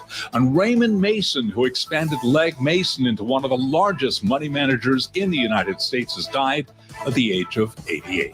Recapping, S&P down 9 right now. Drop there of 0.1%. Back we go to Washington. Balance of power continues. Once again, your host, here he is, Joe Matthew. All right, Charlie, thank you so much as ever. Charlie Pellet, live from World Headquarters in New York, the voice of Wall Street and the New York subway. Just listen next time you get on the train. We've been spending time listening to the president here. Got a little bit off course in the conversation that we were having on balance of power because you never know what's going to come up in the Oval Office. But as you heard him professing the power of American energy when asked about a potential deal involving LNG with the South Koreans. He talked about oil and gas in particular. But there, of course, remains a massive need for electricity, electric power, renewable power, dare I say, as data centers sprout up out of the earth like weeds in this country. Enter Governor Spencer Cox's Operation Gigawatt. If you were with us a couple of months ago, you've actually heard about this project that aims to create a consortium and an ecosystem that will eventually bring more advanced nuclear power to states like Utah and other states throughout the West. Operation Gigawatt to identify and assess sites for a potential advanced nuclear plant. And they want to have that sited and chosen by the end of this year, by the end of 2025. So construction can begin in the year ahead. You heard our conversation with Governor Cox and the CEO of Valor Atomics.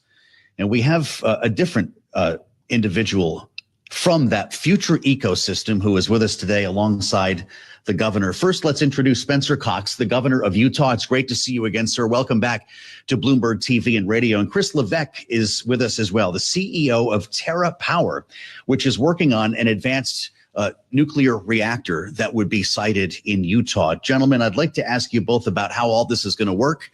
And Governor, why we're in fact adding another name to this list. What does this mean today to reaching that new level of power in Utah? Well, you set the table very well. Operation Gigawatt is about doubling the energy production in the state of Utah, something that we need. If you care about economic progress in our country, if you care about national security, and if you care about just prosperity in general, we have to, and the environment. If you care about the environment, you have to believe in nuclear power, and we do. And so we are setting up that ecosystem so that the private sector will have the opportunity to bring the latest inventions, to bring the best technology to bear, and TerraPower is one of those technologies. They're building right now one of the only construction nuclear capabilities happening in our country is happening with TerraPower. We're so excited to partner with Chris and his team, and we truly believe that what President Trump has been talking about in the Oval Office today is going to happen right here in Utah. Chris, I'd love to hear about what you are working on at TerraPower, because it's a little bit different than some of the other nuclear technology that our viewers and listeners are probably used to. Natrium reactors are your specialty that use liquid sodium instead of water as a coolant. Does that make them safer or more dangerous? Well, it certainly makes them safer and more economic as well. Thanks for having me, Joe. And thanks to Governor Cox, really, for your leadership with Operation Gigawatt. And of course, we already heard that the Trump administration is providing very strong support for nuclear and advanced nuclear energy, which is the form that Natrium takes. I've spent my whole career in nuclear energy, beginning in the Navy, and this is an industry that the U.S. created decades ago. It provides 20% of our electricity. But the fact is, the U.S. had fallen behind in the last few years. China and Russia have many more new builds than us. And with leadership from folks like Governor Cox, we're now prioritizing advanced nuclear energy. And it is very important for us to move to new technologies like the Natrium reactor, because they will be cheaper and safer than today's plants. Today's plants are quite safe. But if we look at a massive upscale, it's really important for us to move to the new technologies. China and Russia certainly are. The Natrium reactor, it's still a fission reactor. We break uranium atoms to release a lot of heat and boil water to make steam and drive turbines to make electricity the old-fashioned way. But by cooling the reactor with liquid sodium, it allows us to have a low-pressure plant, which is going to be safer. It's going to require much less steel and concrete. Another really important feature of the reactor is that we have built-in energy storage. And this is going to be really important in the Mountain West, where you do have quite a bit of renewables that you have to balance out.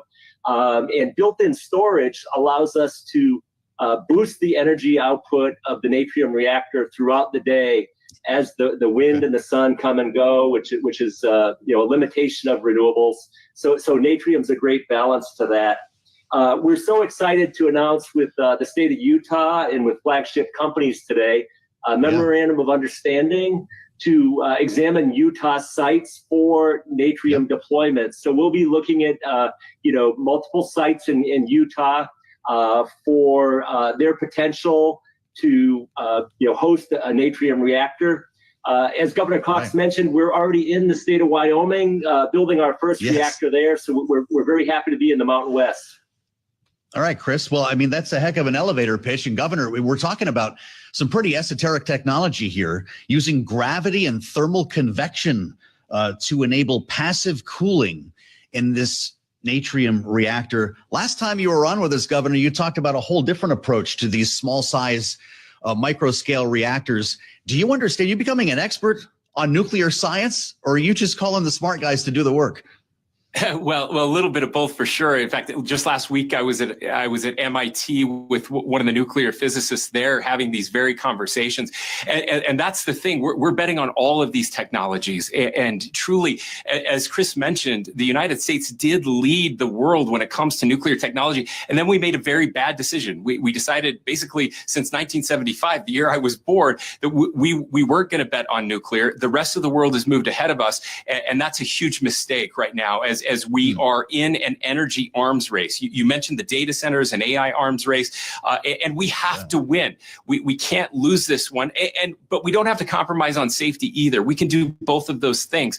And the way you get better with this technology is to start building it. That's what we haven't been doing over the last 50 years, is actually doing the thing that we know we can do. We have the best scientists, we have the best innovators in the world, and Utah is betting on them, and the country needs that desperately right now.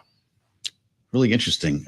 Chris, let's say you get a site by the end of the year. That's your plan by the end of 2025. How long would it take to have a natrium reactor up and running? Yes, Joe, we could mobilize a site shortly after that, because we've made a lot of progress with the Nuclear Regulatory Commission in licensing that first plant in Wyoming. Then we're looking at about a 3-year construction duration for natrium reactors, which is much shorter than today's technologies that require all of the steel and concrete. So it's yet another reason for us to move forward with advanced technology. And I do want to point out, we're not only supplying, AI and, important energy security demands in the U.S., but, with leadership of people like Governor Cox, we're also saying if we can prove out this technology here, we can then export the technology where, nations that are hungry for electricity are inevitably going to be shopping for nuclear, and we need to offer a U.S. technology in competition with Russia and China, who will be peddling nuclear energy around the world. Governor, there's a headline in Washington today that the EPA is pulling almost $62 million in solar grants from the state of Utah. Does that make your life more difficult when you're pursuing an all of the above strategy? Well, it definitely doesn't help. And look, we are an all of the above state. We do have an immense amount of sunshine here, and we want to take advantage of solar for sure, and solar with batteries. But I just don't think most people comprehend the amounts of power that are going to be needed, that are needed right now. Look, the entire state of Utah runs on about 4 gigawatts of electricity. We have one data center campus that would operate on 4 gigawatts of electricity. I mean, that's over 100 years worth of electricity production and development in the state of Utah. And they need that kind of power right now. So we need all of it. We need the solar.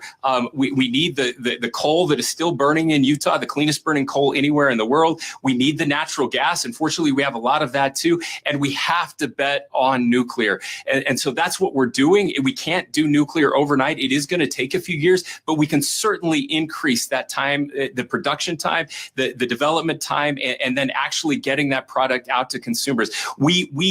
We've been short-sighted.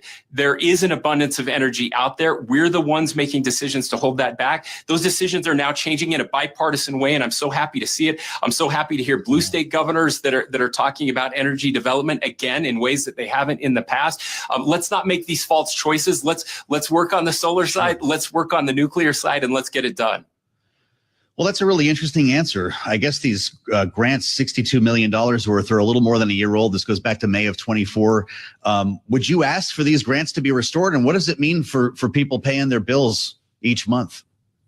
Well, look, again, we'll look at those grants and what each one of those was for. I'm going through that review process right now. We do know that there was money that was granted that is going to be spent on things that aren't going to help in the long term. And if we can divert that money in a way that will get us a better product, that will get us more, that will, again, help to lower prices, that's all I care about right now. I think it's a mistake to get in these fights where we're denigrating one technology over the other. We should, again, be trying to lift all of these technologies because they do all play a role. And certainly solar is going to play a role in Utah. It is right now, and it will continue in the future, but it can't be the only role. We had one administration before that was trying to stop us from using the technologies that we have that exist now with coal and natural gas. That was a terrible mistake. I want to make sure we don't swing the pendulum too far and start tearing down other technologies that are going to help us well into the future. I hear you. Well, I don't know who you're going to show up with next, Governor, but I really appreciate the conversation. Spencer Cox, the Republican governor of Utah, Chris Levesque, president and CEO of a company called Terra Power. Check it out. These new reactors they're working on might help to answer some of the questions that we've been asking about power in the United States. I'll meet you back here on the late edition of Balance of Power, 5 p.m. Eastern, only here on Bloomberg. The Fed's top names are on Bloomberg Radio. Boston Fed President Susan Collins. I would say it's not a done deal in terms of what we do at the next meeting. Chicago Fed President Austin Goolsbee. For sure, it feels to me like it's a live meeting. Richmond Fed President Thomas Barkin. Absolutely critical of the independence of the Fed. That does not mean the Fed is not held accountable. For the latest headlines from the Fed, listen on Bloomberg Radio or anytime on the Bloomberg Talks podcast.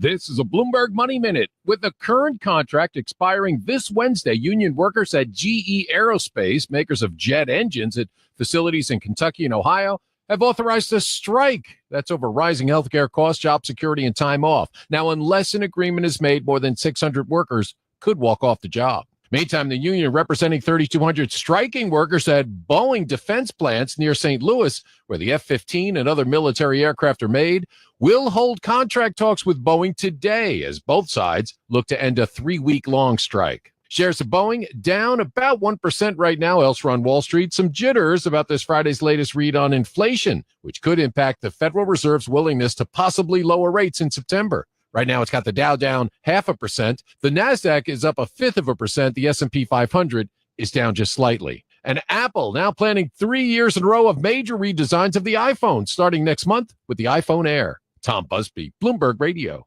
Bloomberg Radio, where the experts come to listen. Ariel Cohen, Atlantic Council. I'm listening every morning when I'm driving into Washington, D.C. You're terrific. Representative David Schweikert. One of the reasons I love Bloomberg is I'm allowed to geek out. Jared Bernstein, former White House Council of Economic Advisors Chair. I was driving around, I put on your show. I learned 5 things in about 3 minutes. Listen on Apple CarPlay or Android Auto with the Bloomberg Business app. And always on Bloomberg Radio. Context changes everything. Join us in New York on October 7th for the Bloomberg Canadian Finance Conference, proudly sponsored by National Bank of Canada Capital Markets. 2025 marks the 13-year anniversary of our Canada-focused event and continues the tradition of providing timely insights and actionable strategies from top industry leaders. We'll have senior officials from Government of Canada, Air Canada, Ontario Power Generation, Hydro One, and many more. Register at bloomberglive.com/Canadian Finance. The data that matters for your investments. Almost every stock in the S&P 500 is in the red. And analysis on the companies making news on Wall Street. Oil stocks in particular on the move. Robinhood, this was an all-time high. Listen to the Stock Movers Report from Bloomberg. Jefferies upgraded the stock to buy. It's your short audio report on the day's winners and losers in the stock market. Micron in the after hours. What's going on? Subscribe to the Stock Movers Report on Apple Podcasts, Spotify, or wherever you listen. Talking to your kids about the dangers of vaping can be hard. Getting them to listen to hot gossip is easy. So here's some drama you could share with your kid. Dude, did you hear about Cassie and Jake? No, but did you hear that vaping can cause irreversible lung damage and nicotine affects brain development? Nuh-uh. You don't need to gossip if you want to have an open conversation about vaping. So if you want to get tips on when and how to talk to your kids, visit talkaboutvaping.org. Brought to you by the American Lung Association and the Ad Council. Broadcasting 24 hours a day at Bloomberg.com and the Bloomberg Business app. This is Bloomberg Radio. This is Bloomberg Business Week Daily, reporting from the magazine that helps global leaders stay ahead, with insight on the people, companies, and trends shaping today's complex economy, plus global business, finance, and tech news as it happens. Bloomberg Business Week Daily with Carol Masser and Tim Stenevec, live on Bloomberg Radio, television, YouTube, and Bloomberg Originals. It is Bloomberg Business Week Daily. Very good afternoon, everyone. Happy Monday. I'm Tim Stenevec. That is Nora Melinda. She's in for Carol Masser this afternoon. Looks like equities pulling back a little bit. The exuberance that we saw on Friday taking a little bit of a breather. We got a big week coming up when it comes to economic data, when it comes to semiconductors. And we're kind of going all in on all of the above there. Ian King is standing by. We're going to be getting to him in just a second. Also, we're going to the skies to talk global aviation. Absolutely. We're going to be getting a check on global aviation, on planes with Boeing, and on how much people are traveling.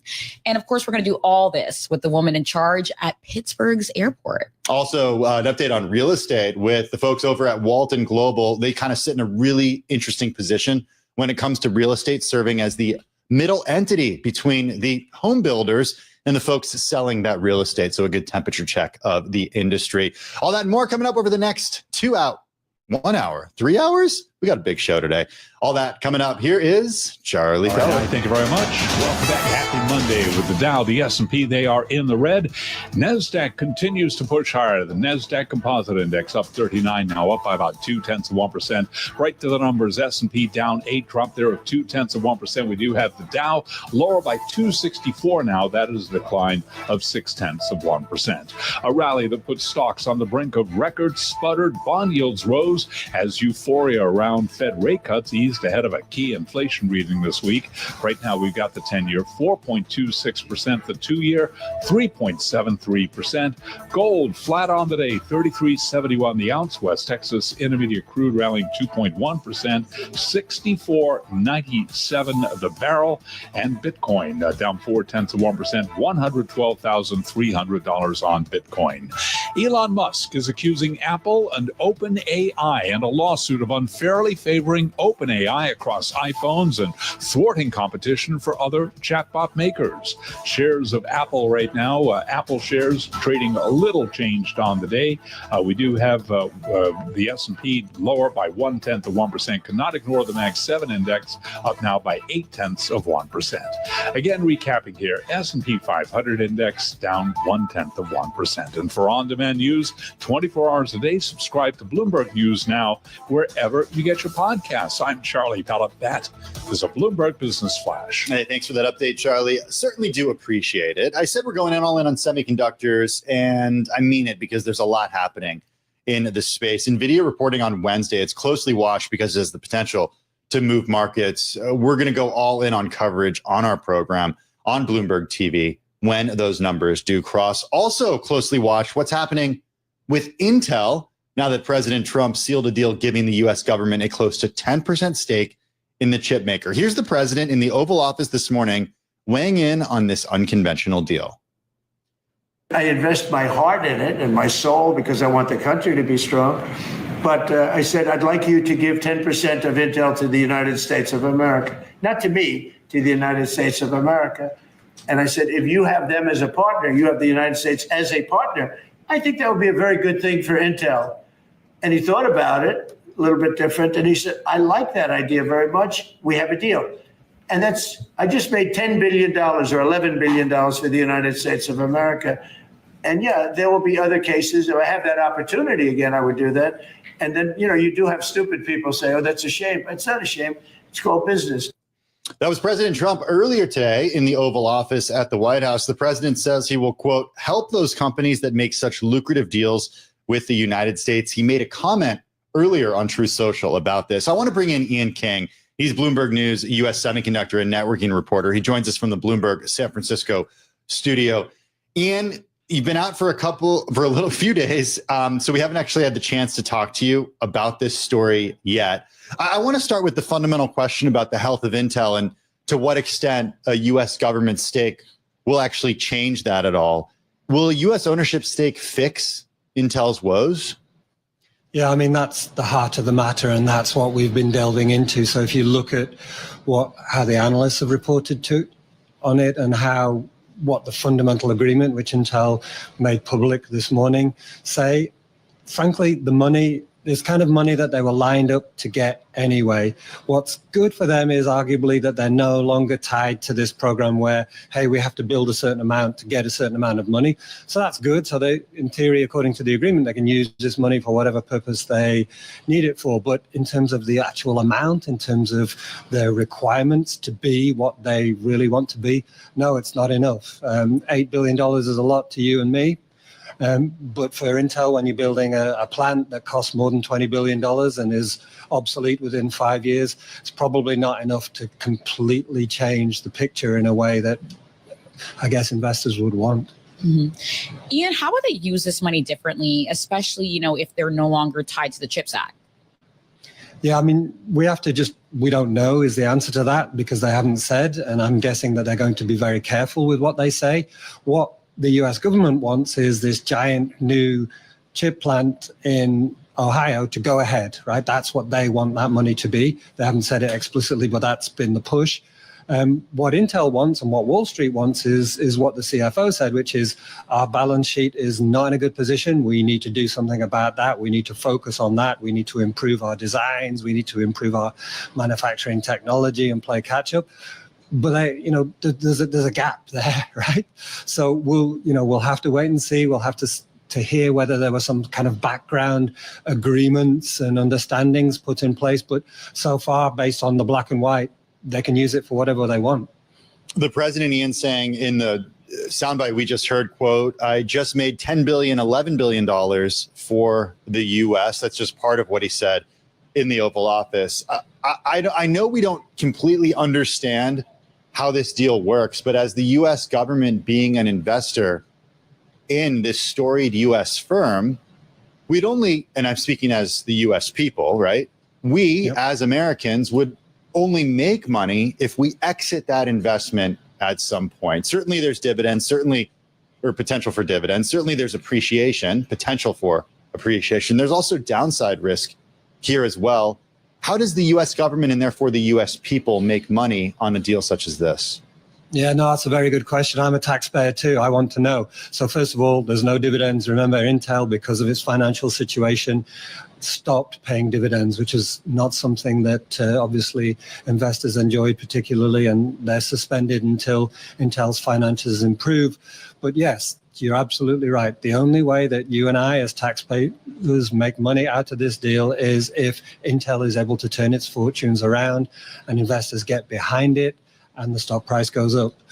Right now, we've bought a chunk of a company that is not in the greatest position and nowhere near where it used to be.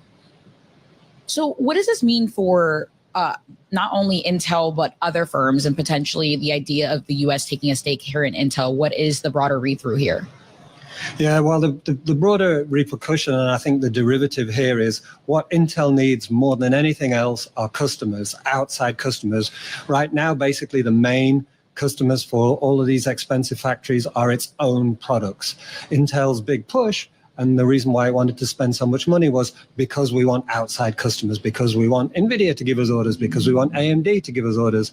So far, that just hasn't happened. So what's going on behind the scenes here and what we're hearing is that, at least from the analysts' reports, is that unless Intel can get these external customers, as it said itself, unless maybe Donald Trump, who's very good at deals apparently, can get NVIDIA or get anybody that's a major chip maker to give Intel these orders, then really not a lot has changed. So again, it's horrible to keep saying we don't know, we'll have to wait and see, but I think we need a second or a third act in this whole arrangement for it to be really meaningful for Intel. Okay, you said NVIDIA, so that's where we're going now, Ian. It's the world's biggest stock. It makes up 3% of the global market cap of all public companies. It's a shocking stat to think about. The remaining 97% comes from 82,551 stocks. That's just how big of an impact NVIDIA has on global markets. What do we need to know ahead of Wednesday's report? Yeah, I mean, what I would say is the impact is even greater than that. If you look at the S&P by size of companies, the next 5, 6, 7 companies, which, stick them all together and they look almost to a quarter of the value of the S&P. These are all related to NVIDIA. They're all AI stories. They're all related to either the companies that are spending on AI or companies that are profiting from that spending on AI. So what NVIDIA can tell us whether spending is still strong, whether demand is still strong, whether AI is spreading throughout the economy is absolutely essential to an even bigger part than NVIDIA represents itself. And I think that's why people are so on edge and so focused about this in terms of what NVIDIA can say. Of course, the story is, are we still spending? Are we still growing? I mean, growth is, I was looking at the numbers, growth is probably going to slow to 54% for this projected quarter, which, oh dear, that's horrible, right? But, because last quarter it was 69%. So that sounds like a slowing, but you've got to remember it's on course this year in terms of revenue. If it hits the targets that Wall Street set for it, it'll be basically a third of all sales of semiconductors worldwide. So, I mean, the numbers are just, we could go on and on all day, but what people really want is this fundamental confirmation of, hey, everything's okay, people are still spending. Hey, Ian, valuations for many AI firms are at nosebleed levels. Essentially, that's how a source from the story that ran over the weekend from our colleagues Carmen Reinecke and Jess Minton said from Steward Partners here. Are expectations high heading into this report? What is this really going to illustrate in terms of the broader AI scope, really? Yeah, I mean, valuations is something that obviously the market decides, right? What they're comfortable with, what levels they're at. And obviously we can look at the percentages, the PE ratios and the projected. But, for us, I think the best way to look at it is how fast has this company come? Has it justified this big run up?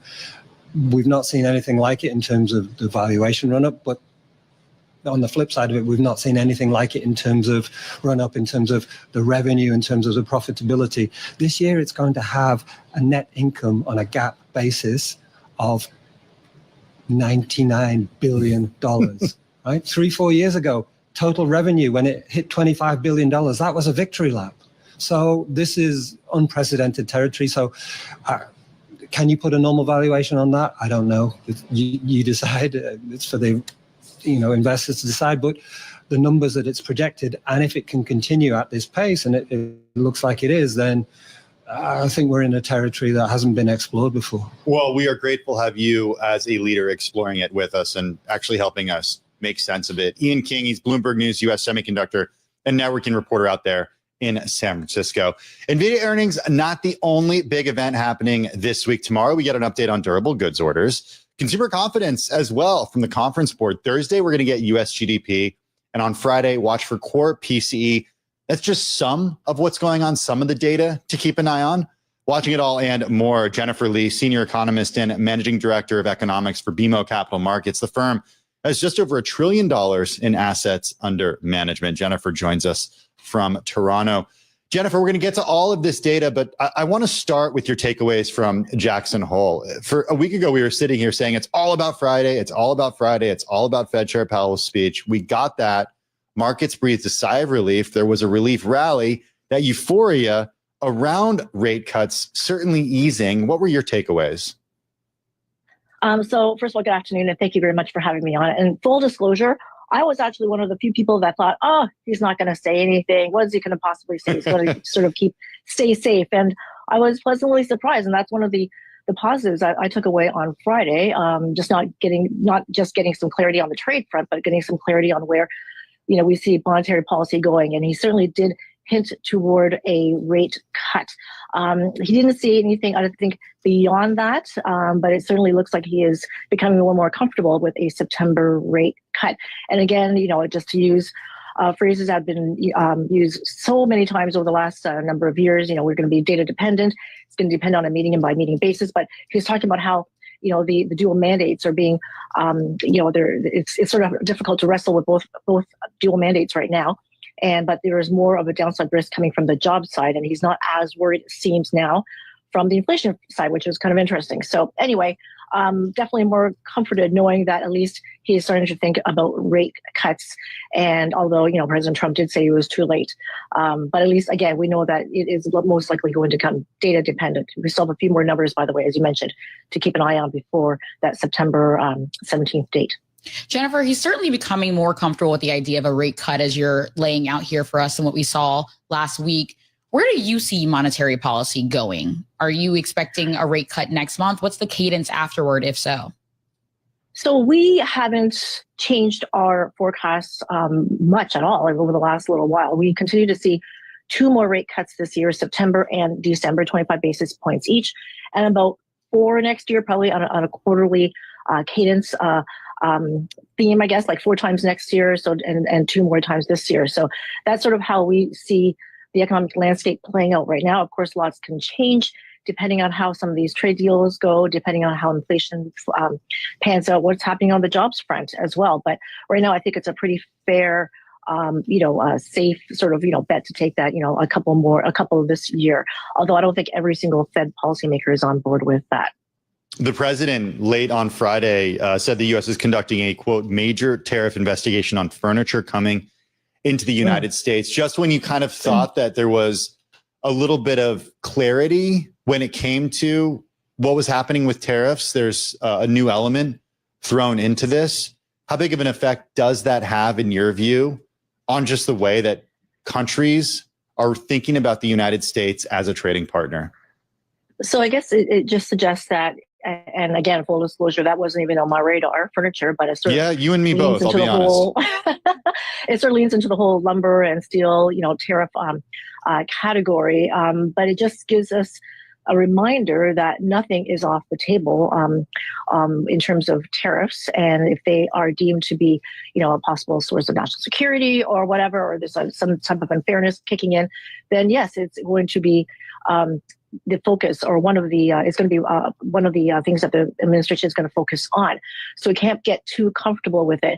And it also suggests that, potentially in the inflation story, we might start seeing those stronger inflationary pressures perk up again in coming months. Because I think there's like 50 days, I believe, that the administration said that they're going to take to start to study this sector. And if all is found to be in order or not in order, then you can see tariffs being thrown onto the furniture sector. So again, we could see potentially more inflation playing out. We could see more pressures on the consumer front, and then we're going to have to see how the Fed is going to handle it. Like again, how much of the higher prices will be pushed onto the U.S. consumer, and whether or not the U.S. consumer can deal with it.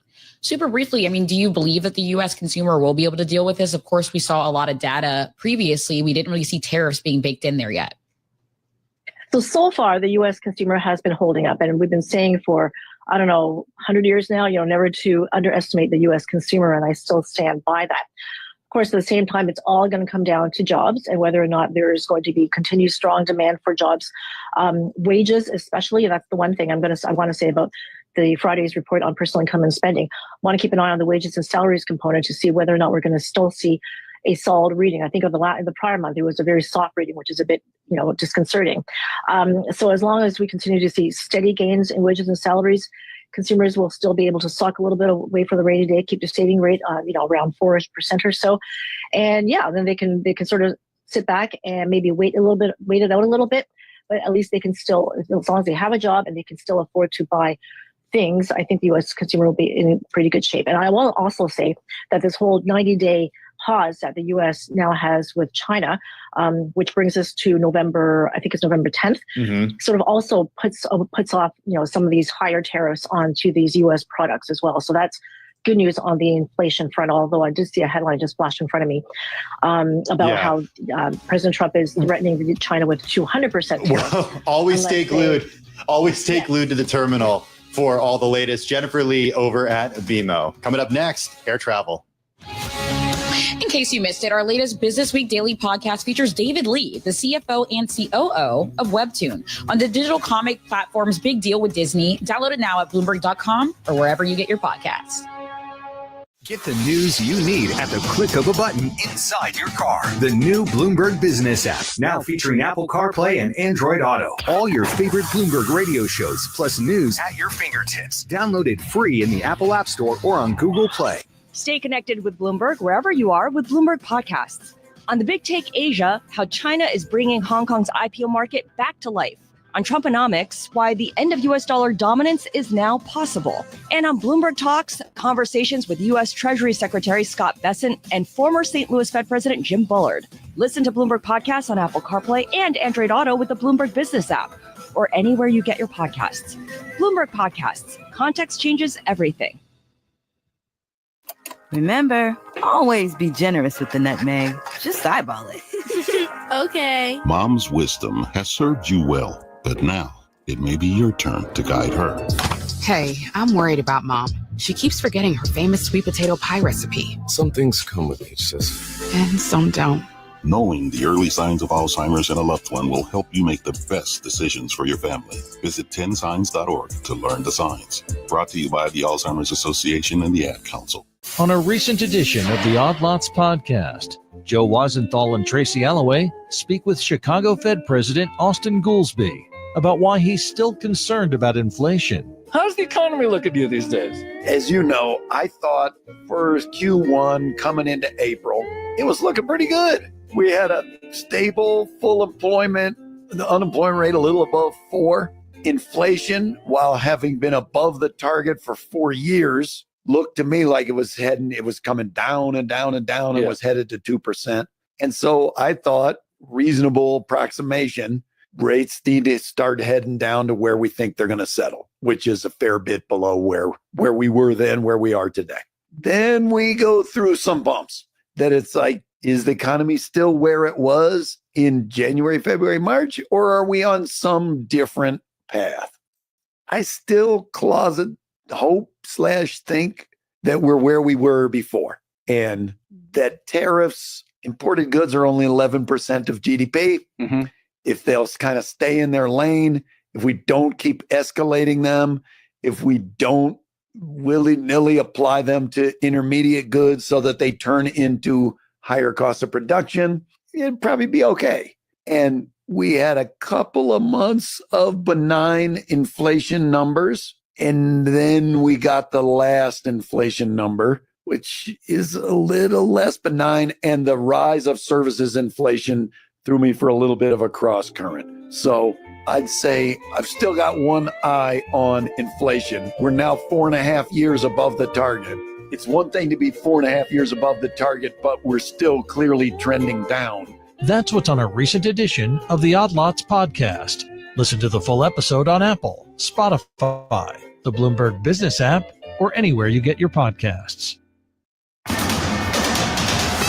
It's 2:21 on Wall Street. We do check markets all day long here at Bloomberg. We have got U.S. stocks trading mixed with the Dow, the S&P. They are lower. NASDAQ, the composite index, up now by 0.1%.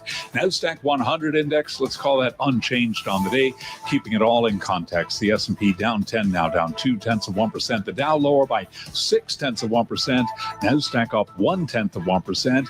And our Mag 7 index higher now by 0.7%. The 10-year at 4.26%, with a 2-year 3.72%. Gold little changed on the day, up $1 the ounce, $33.72, while West Texas Intermediate crude up 1.9%, $64.88 a barrel, and Bitcoin now down by 0.2%, 112,510 on Bitcoin. Texas-based Crescent Energy has agreed to buy rival shale oil producer Vital Energy for about $733 million. This deal comes as small and mid-sized shale producers are increasingly turning to acquisitions to grow and expand their portfolio of future drilling sites. Buying Vital will give Crescent access to sites across the Permian Basin. Vital shares, they're surging now by 16%. Crescent is down by 4.6%. Recapping, S&P down 0.2% for on-demand news 24 hours a day. Subscribe to Bloomberg News now, wherever you get your podcasts. I'm Charlie Pellet. That is a Bloomberg Business Flash. Thanks for that update, Charlie. Do appreciate it. Boeing CEO Kelly Ortberg's campaign to rebuild the company culture is being put to the test by a rise in labor activism. Boeing and union leaders representing striking workers at its St. Louis area defense factories are set to return to the bargaining table today as they aim to end a 3-week-long impasse. Workers have grievances over pay and pensions that were sacrificed in long-term contracts, and the company faces lingering ill will from its past tactics. We've got with us Sid Phillip, chief correspondent for global aviation for Bloomberg News. He joins us here in the Bloomberg Business Week studio.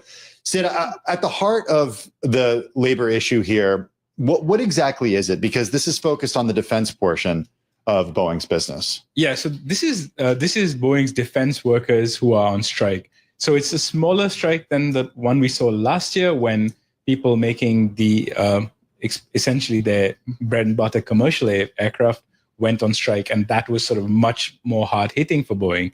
This is a smaller scale dispute, but at the same time, it is vitally important because Boeing defense business is in the process of being overhauled, and Kelly Ortberg has talked about how he wants to sort of bring it to a more steady pace of growth, a steady sort of returns, and that's really being put to the test by this stoppage, which is basically affecting output. The lines are still open, unlike when the Seattle strike happened. The lines are still open in St. Louis, but at the same time, output is nowhere near where it should be. Sid, so it seems as though there's some pretty key requests here that they are looking for here at the union to see that Boeing is able to give them.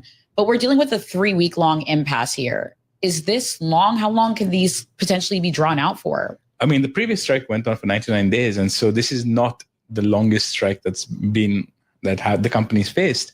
At the same time, it is disruptive for the company. It's disruptive to the efforts to turn around the company. And it is disruptive for Boeing because there's just one more fire that they need to fight at a time when they're already fighting many fires. You know, they're doing a good job, though, I think analysts and investors would say, of combating some of the issues that the company has had. For all intents and purposes, Kelly Ortberg, analysts and investors would say, has done a pretty good job turning the company around. And now it finds itself in this unique position as being essentially this bargaining chip when it comes to U.S. trade. It does. I mean, Boeing has sort of turned around the corner since its massive, it had the grounding of the 737 following those 2 fatal crashes. The plane came back into service. And last year we had the door plug blowout, which then sort of put back scrutiny on Boeing. We had the strike last year. So Kelly Ortberg has managed to sort of start turning the process of turning the company around. At the same time, the company still has long ways to go before it's actually on a stable footing.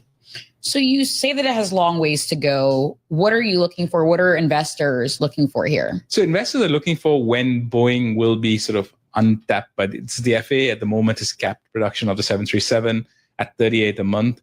They're looking to see where the signs are in terms of being able to go to 42 a month and then potentially go to beyond where they were pre-pandemic. Airbus has talked about 75 a month on the competing A320neo. So this is where Boeing would sort of, in a scenario where they can actually get everything together, that's where Boeing would be. You and the team last week were for the first to report that Boeing is close to ending its sales drought with China. The story moving Boeing shares as much as 3.7%. Boeing said to be in talks to sell up to 500 jets to China. Is that going to happen?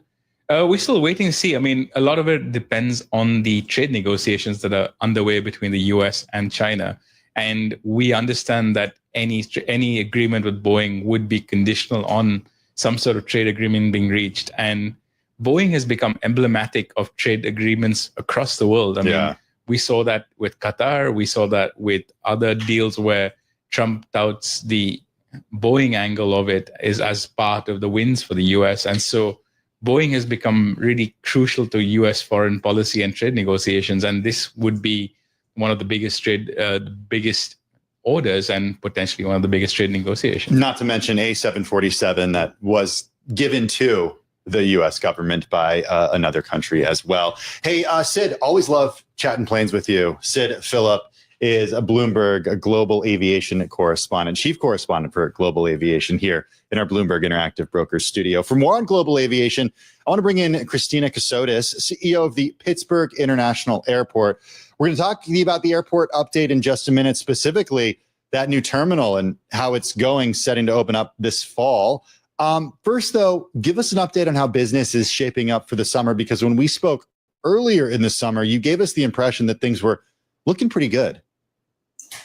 They were looking pretty good, and they are pretty good. We're actually having our second busiest June in nearly 20 years, but the industry overall is definitely seeing some softness. And I'm confident that on Bloomberg, I've heard you cover airline earnings, and what Ed Bastian was saying about, the fact that airlines are having to cut capacity in September in order to get back to profitability is something that we're all paying attention to. Are you experiencing any cuts in routes to or from Pittsburgh's International Airport? Yes, we have seen some as a result of Spirit's bankruptcy. Definitely, but that's not unique to us. Otherwise, like I said, we're having a great summer. It's just that we were expecting to have a better summer. Okay. So, we're in good shape. We were expecting more traffic this summer. So what are the drivers for that, pullback, drop off in traffic here over the summer? Well, so one of the things, there's no question, there are a lot more schools starting in August. And I think that I agree with Ed Bastian that definitely has an impact on August. I would say that the other thing is that, as we have seen, we were all expecting much more growth in air travel for this year when we were doing our plans. And while as I said, we're flat against last year, we expected to see an increase. And, there's a lot of reasons for that. We're certainly not the only ones experiencing it. We are seeing that globally and nationwide as well. So lots of reasons, I'm sure. So are you all at all being impacted by the strikes from Air Canada? We are not being impacted by the strikes for Air Canada. We have had service flying to the markets that we have here, Montreal and Toronto. And that has not been an impact to us directly as of yet. There's only so much within your control. Yeah, I don't, That's right. That I think maybe that's like a mantra that we all should be repeating all the time. Right, but I think especially with you, because, you think about it from the perspective of customers, they're not necessarily, the airports it's table stakes, right? They're going to use, especially in a place like Pittsburgh. In New York City, it's like, okay, well, I can choose to fly out of LaGuardia, Newark, or JFK, depending on where I'm going and where I'm coming from. So if you think about it from your perspective, what do you do in a situation where your expectations don't meet reality?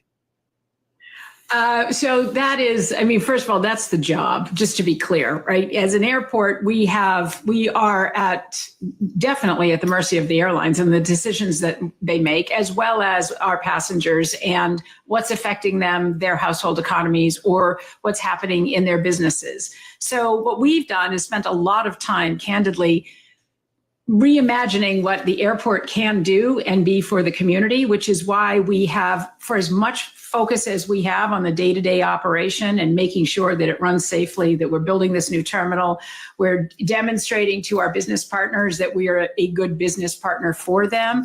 We are also investing in a lot of other activities that perhaps airports don't necessarily pay attention to: energy independence, on-site SAF production here at the airport, looking at how we use our facility as a technology innovation accelerator for airlines and airports globally. In other words, how do we participate in the broader economic impact using the facilities that we have?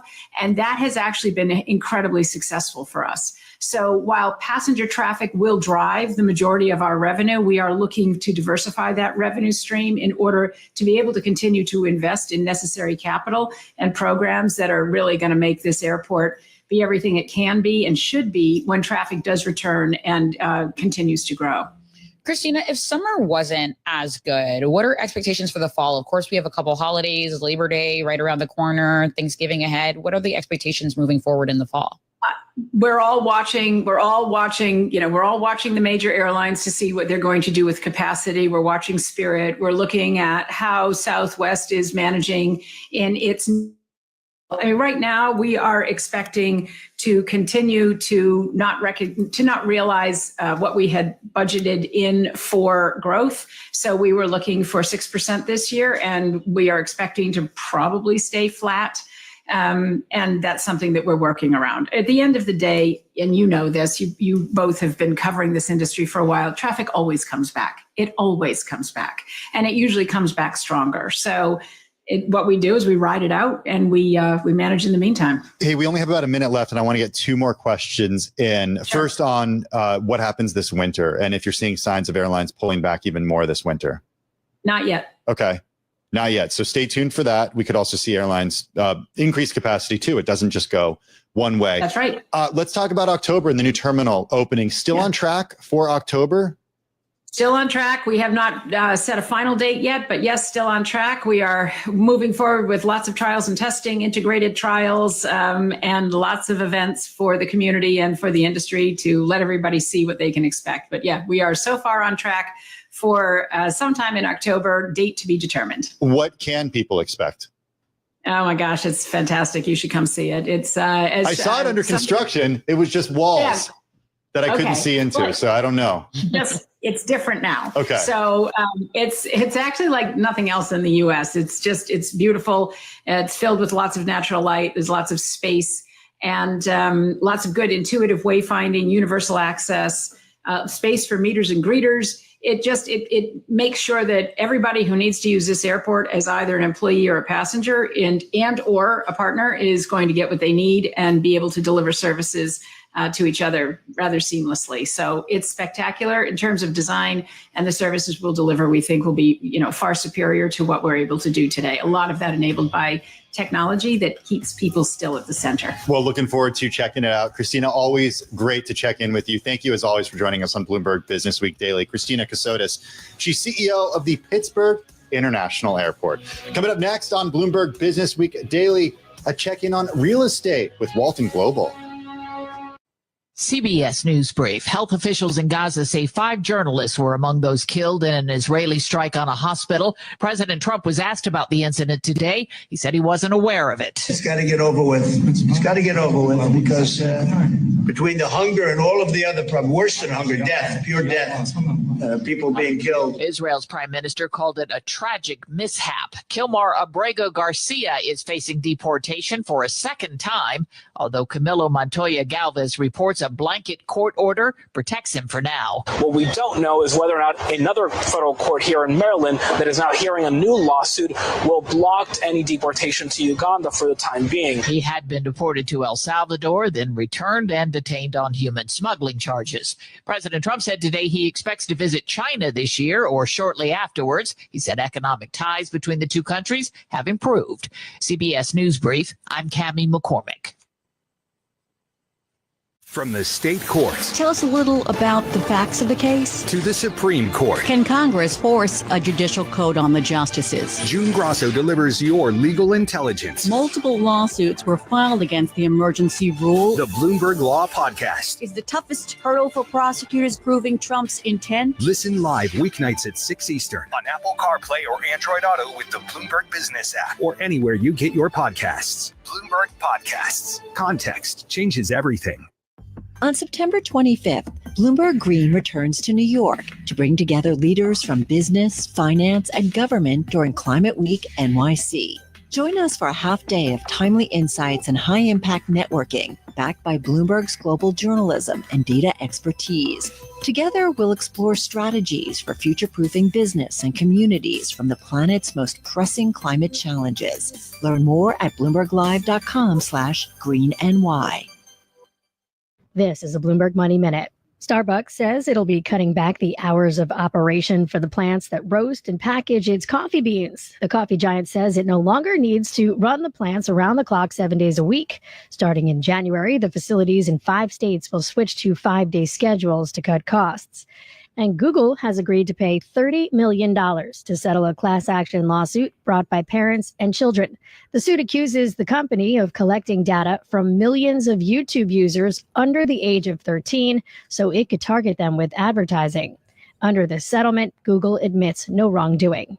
On Wall Street, investors are always waiting for the next big event. Last week, it was Fed Chair Jerome Powell's keynote address in Jackson Hole, Wyoming. And for the first half of this week, it'll be NVIDIA's quarterly results. The AI chip maker is scheduled to report after the market closes on Wednesday. After that, the inflation gauge favored by the Fed will be on deck. It comes out on Friday.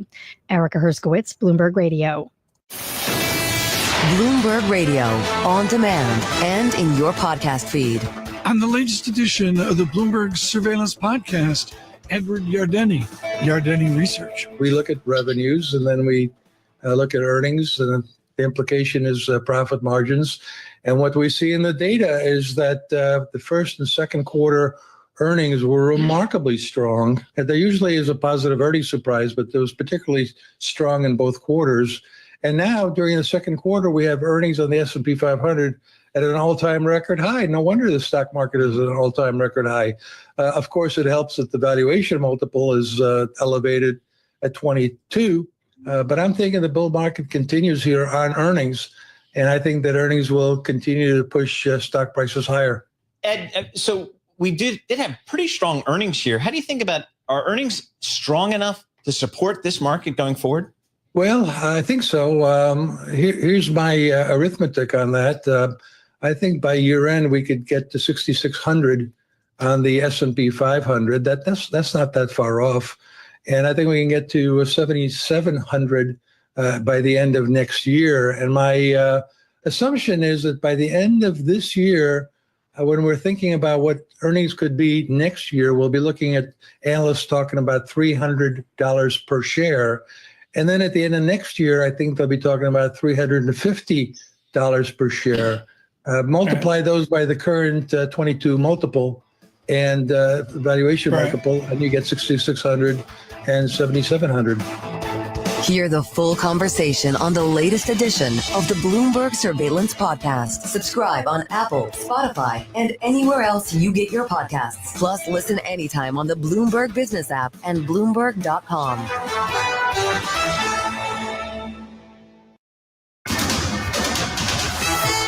It's 2:40 on Wall Street. We do check markets all day long here at Bloomberg. A rally that puts stocks on the brink of records is sputtering today.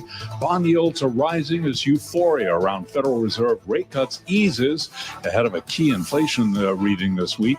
We do have the S&P 500 index lower by 11 right now, has been down all day, 64.55 where we stand, a drop there of 0.2%. The Dow lower by 280, down 0.6%. NASDAQ is up 23 now. That is a gain of 0.1%. Our Mag 7 index is pushing higher by 0.7%. NVIDIA, which reports earnings later in the week, specifically Wednesday, up now by 1.9%. 10-year at 4.26% with a 2-year 3.72%.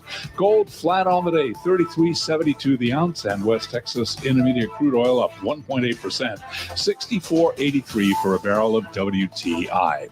Sales of new homes exceeded forecasts in July after an upward revision to the prior month as prices eased and heavy incentives enticed more buyers. The median sales price of a new home decreased nearly 6% in July from a year earlier to $403,800, the lowest since 2021. Among home builders, Toll down 0.4%. Pulte little changed on the day. KB Home down now by 1.9%. Recapping, S&P lower by 11, a drop there of 0.2% for on-demand news 24 hours a day. Subscribe to Bloomberg News now wherever you get your podcasts. I'm Charlie Pellet. That is a Bloomberg Business Flash. Charlie Pellet always sets us up perfectly. He knows we're going into real estate. I want to reiterate what we just heard. Sales of new U.S. homes exceeded forecasts in July after an upward revision to the prior month as prices eased and heavy incentives enticed more buyers off the fence. While sales did top projections, the new home market has grown dependent on price cuts and incentives to get customers amid high mortgage rates. Katie Hubbard watches this closely. She's Executive Vice President of Capital Markets at Walton Global. It's the privately owned asset and real estate investment company that has more than $4.5 billion of land assets under management and administration and more than 80,000 acres under management and administration. She joins us from Denver.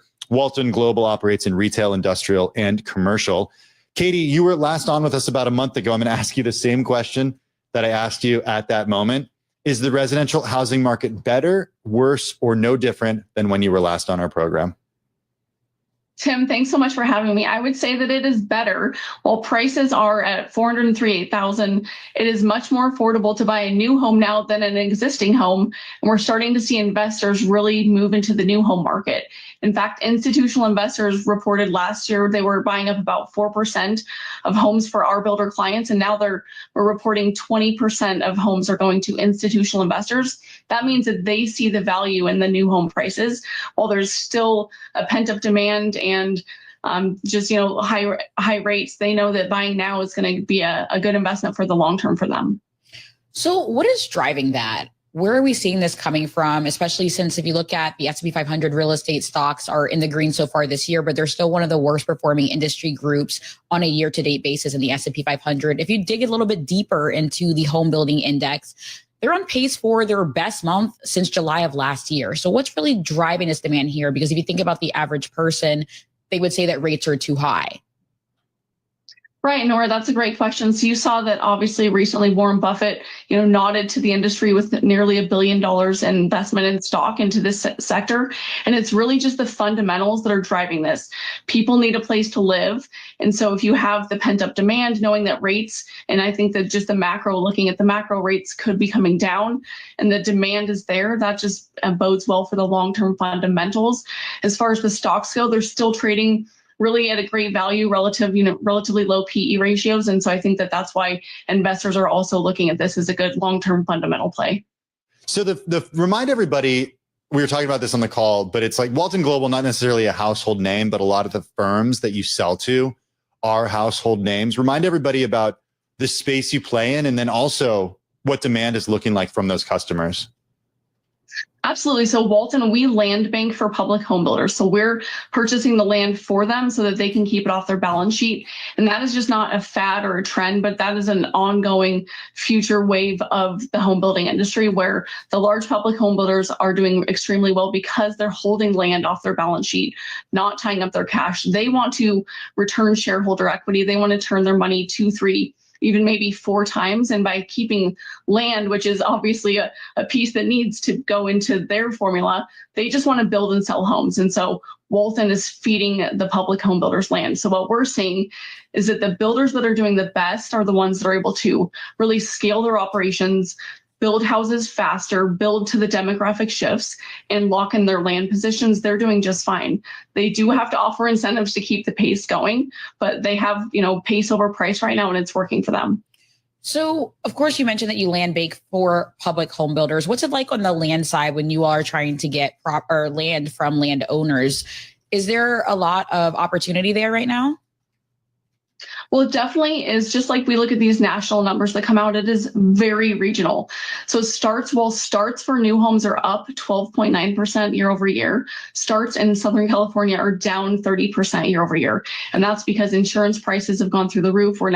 You've gone from $3,000 per house to $17,000 per house in some cases. Just they make it very difficult to get projects off the ground. They're now requiring, in some cases, commercial sprinkler systems in residential homes. That just doesn't make the numbers work. So Southern California is on sale just because it makes it's difficult to get projects off the ground. You can get a 3-bedroom house with sweeping views in Malibu for 1.4 now, just because of the fires. How much is insurance? Is it because insurance costs, it's uninsurable essentially? It's just because insurance costs have gone up and builders are really shying away from all of the red tape that you have to go through in that market. So land, it takes a long time where even we're seeing fix and flippers go from, flipping homes to now they're actually taking down land positions and building homes. You can build for $125 a square foot, sell it for $250 a square foot. The numbers work, but that's not in all markets.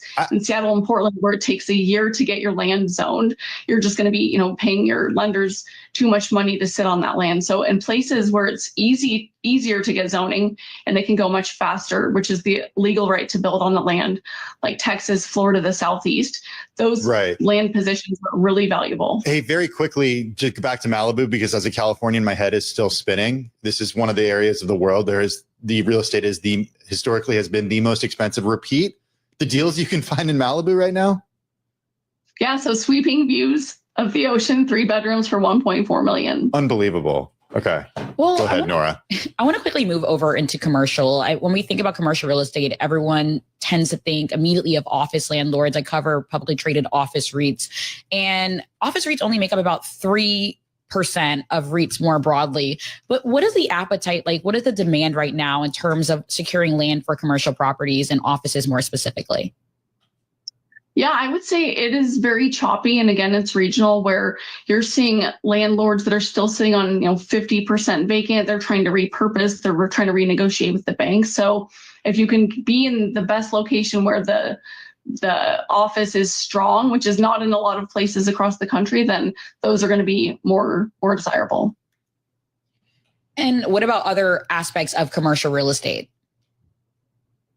Yeah, I would say data centers. We also own a lot of land where we're selling to data center developers. And so that's clearly a hot topic. And so we're, trying to find the data center numbers pencil, but you have to have the energy and the zoning available to make those numbers work as well. When do you start seeing pushback from folks who are saying not in my backyard when it comes to these data centers? I know we're already seeing that, but when does that make building one of these just impossible? Yeah, at some point you just have to keep going farther and farther out to where you're not building near where it's going to be affecting people. So you build farther out, and in Texas, where Walton owns almost 40,000 acres of land, there's plenty of land to build on for data centers where you're not going to have that NIMBY mentality. Just 20 seconds, the most important place that investors should look regionally right now when thinking about land. Yeah, I would say the Midwest and the Northeast are performing the best as far as home price appreciation and starts. And the West, Northern California is really struggling. Okay, there it is. Katie Hubbard, always love talking real estate with you. Katie is Executive Vice President of Capital Markets at Walton Global. It's the privately owned asset and real estate investment company. Taking a look at where equity markets are just a little over an hour from the close of trading today. The S&P 500 down close to 0.2%. The NASDAQ still in the green by 0.1%. The Dow down by 0.6%. Coming up next, it's Stocks on the Move. This is Bloomberg. Get the latest news whenever you want it with Bloomberg News Now. Top stories from our global team of reporters at the click of a button. Get Bloomberg News Now on Bloomberg Business, on the Bloomberg Business app, Bloomberg.com, or wherever you get your podcast. Bloomberg Radio is where you are. Get live business news and market headlines from anywhere 24 hours a day on your mobile device. Listen on the iHeartRadio app. Tune in the Bloomberg Business app, SiriusXM 121, and the Bloomberg Terminal. This is a Bloomberg Money Minute. A shakeup in the beverage business. Keurig Dr. Pepper is buying the parent company of Peet's Coffee for $18.4 billion. It then plans to split its coffee and soft drinks businesses into two independent companies once the deal is complete. JDE Peet's has more than 50 coffee and tea brands around the world. Keurig Dr. Pepper's drinks include Snapple, 7-Up, Yoo-Hoo, and Hawaiian Punch. Pool supplier Leslie's is said to have hired advisors to explore ways to strengthen its balance sheet. Leslie's has seen slowing demand with the pandemic boom in swimming pools long past. The company's revenue fell to $500 million in the third quarter, which is a 12% drop over the past year. And after playing it safe for the last 5 years, Apple is now planning 3 years in a row of major upgrades and redesigns of the iPhone. That'll start next month with the release of the iPhone Air, a skinny new model that will replace the iPhone 16 Plus. Erica Herskowitz, Bloomberg Radio. Get the news you need to start your day in just 15 minutes. More fallout from the global trade war. President Trump putting pressure on Fed Chair Jerome Powell. Wake up with Bloomberg Daybreak U.S. edition. The federal takeover of D.C. police. Aaron Judge, yet another home run. Available now on your podcast feed each weekday morning at 6 a.m. Eastern. Team coverage of the Trump-Putin summit. Subscribe to Bloomberg Daybreak U.S. edition on Apple, Spotify, and everywhere you get your podcasts. Bloomberg Radio. Context changes everything. The business news of Australia is more important than ever. Australia is a leader in renewable energy and critical minerals, and its strong global ties and resilient economy make it a prosperous trading nation. I'm Rebecca Jones. Join me and my team of reporters every week for the Bloomberg Australia podcast. Get an insider's look into the biggest Australian stories, all in under 15 minutes. The Bloomberg Australia podcast. Listen on Apple CarPlay or Android Auto with the Bloomberg Business app, or wherever you get your podcasts.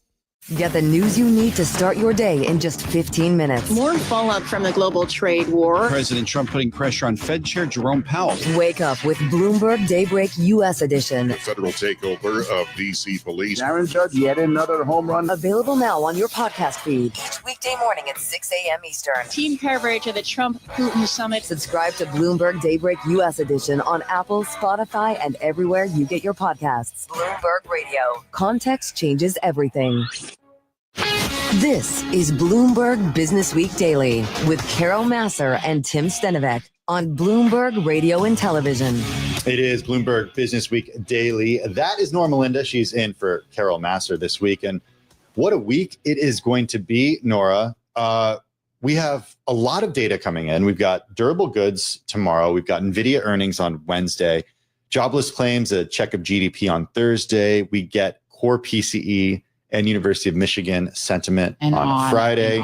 Yeah, and that does not even to mention the data that we got already today. It's because, Jay Powell was done. Right. Now comes all the data before the next meeting. Absolutely. That, I don't know if it changes the picture with September's meeting. We'll see. Right. And I think that's what we've been hearing from a lot of our people that we've been chatting with today. What does the cadence look like moving forward, especially because we do know that a lot of traders are all but pricing in September as the first rate cut that we're going to be seeing upcoming. But what does it look like after that? That's really the question here. Yeah, it is a question. And it's a question, too, that I think a lot of people have when it comes to corporate earnings. As we mentioned, NVIDIA stock is a big mover. It represents 3% of global market cap. We're going to bring you all of the latest headlines and analysis with our NVIDIA coverage happening just after the bell closes on Bloomberg TV and radio. Do not miss it. That's Wednesday. NVIDIA earnings coverage, our special coverage of NVIDIA's report. Let's take a look at some stocks on the move today. I'm Tim Stenovec along with Nora Melinda. We're joined by Bloomberg News cross-asset reporter Denitsa Sakova. Denitsa, what is on your radar? Let's start with the news of the day. Keurig and Dr. Pepper agreed to buy JD Peet's for $18 billion, but we're not getting quite the reaction they were hoping for. Ticker, of course, is KDP. And shares fell more than 10%. This is the biggest intraday drop in more than 5 years. So the company will pay 20% premium over the closing price of August 2022. What we're seeing here is Keurig plans to separate its coffee and soft drinks unit in two parts. This is kind of undoing the 2018 takeover they had of Dr. Pepper. But what people are worried about is S&P analysts are warning that they may cut the company's credit rating due to plans to significantly increase its debt. Hence the reaction we're seeing. Obviously, the coffee business has been struggling a lot. We have high bean prices. We have a lot of volatility there. Other beverages have been doing better. Hence, maybe the split in two businesses makes sense. That said, Keurig is down 3% year to date. A lot of pressure.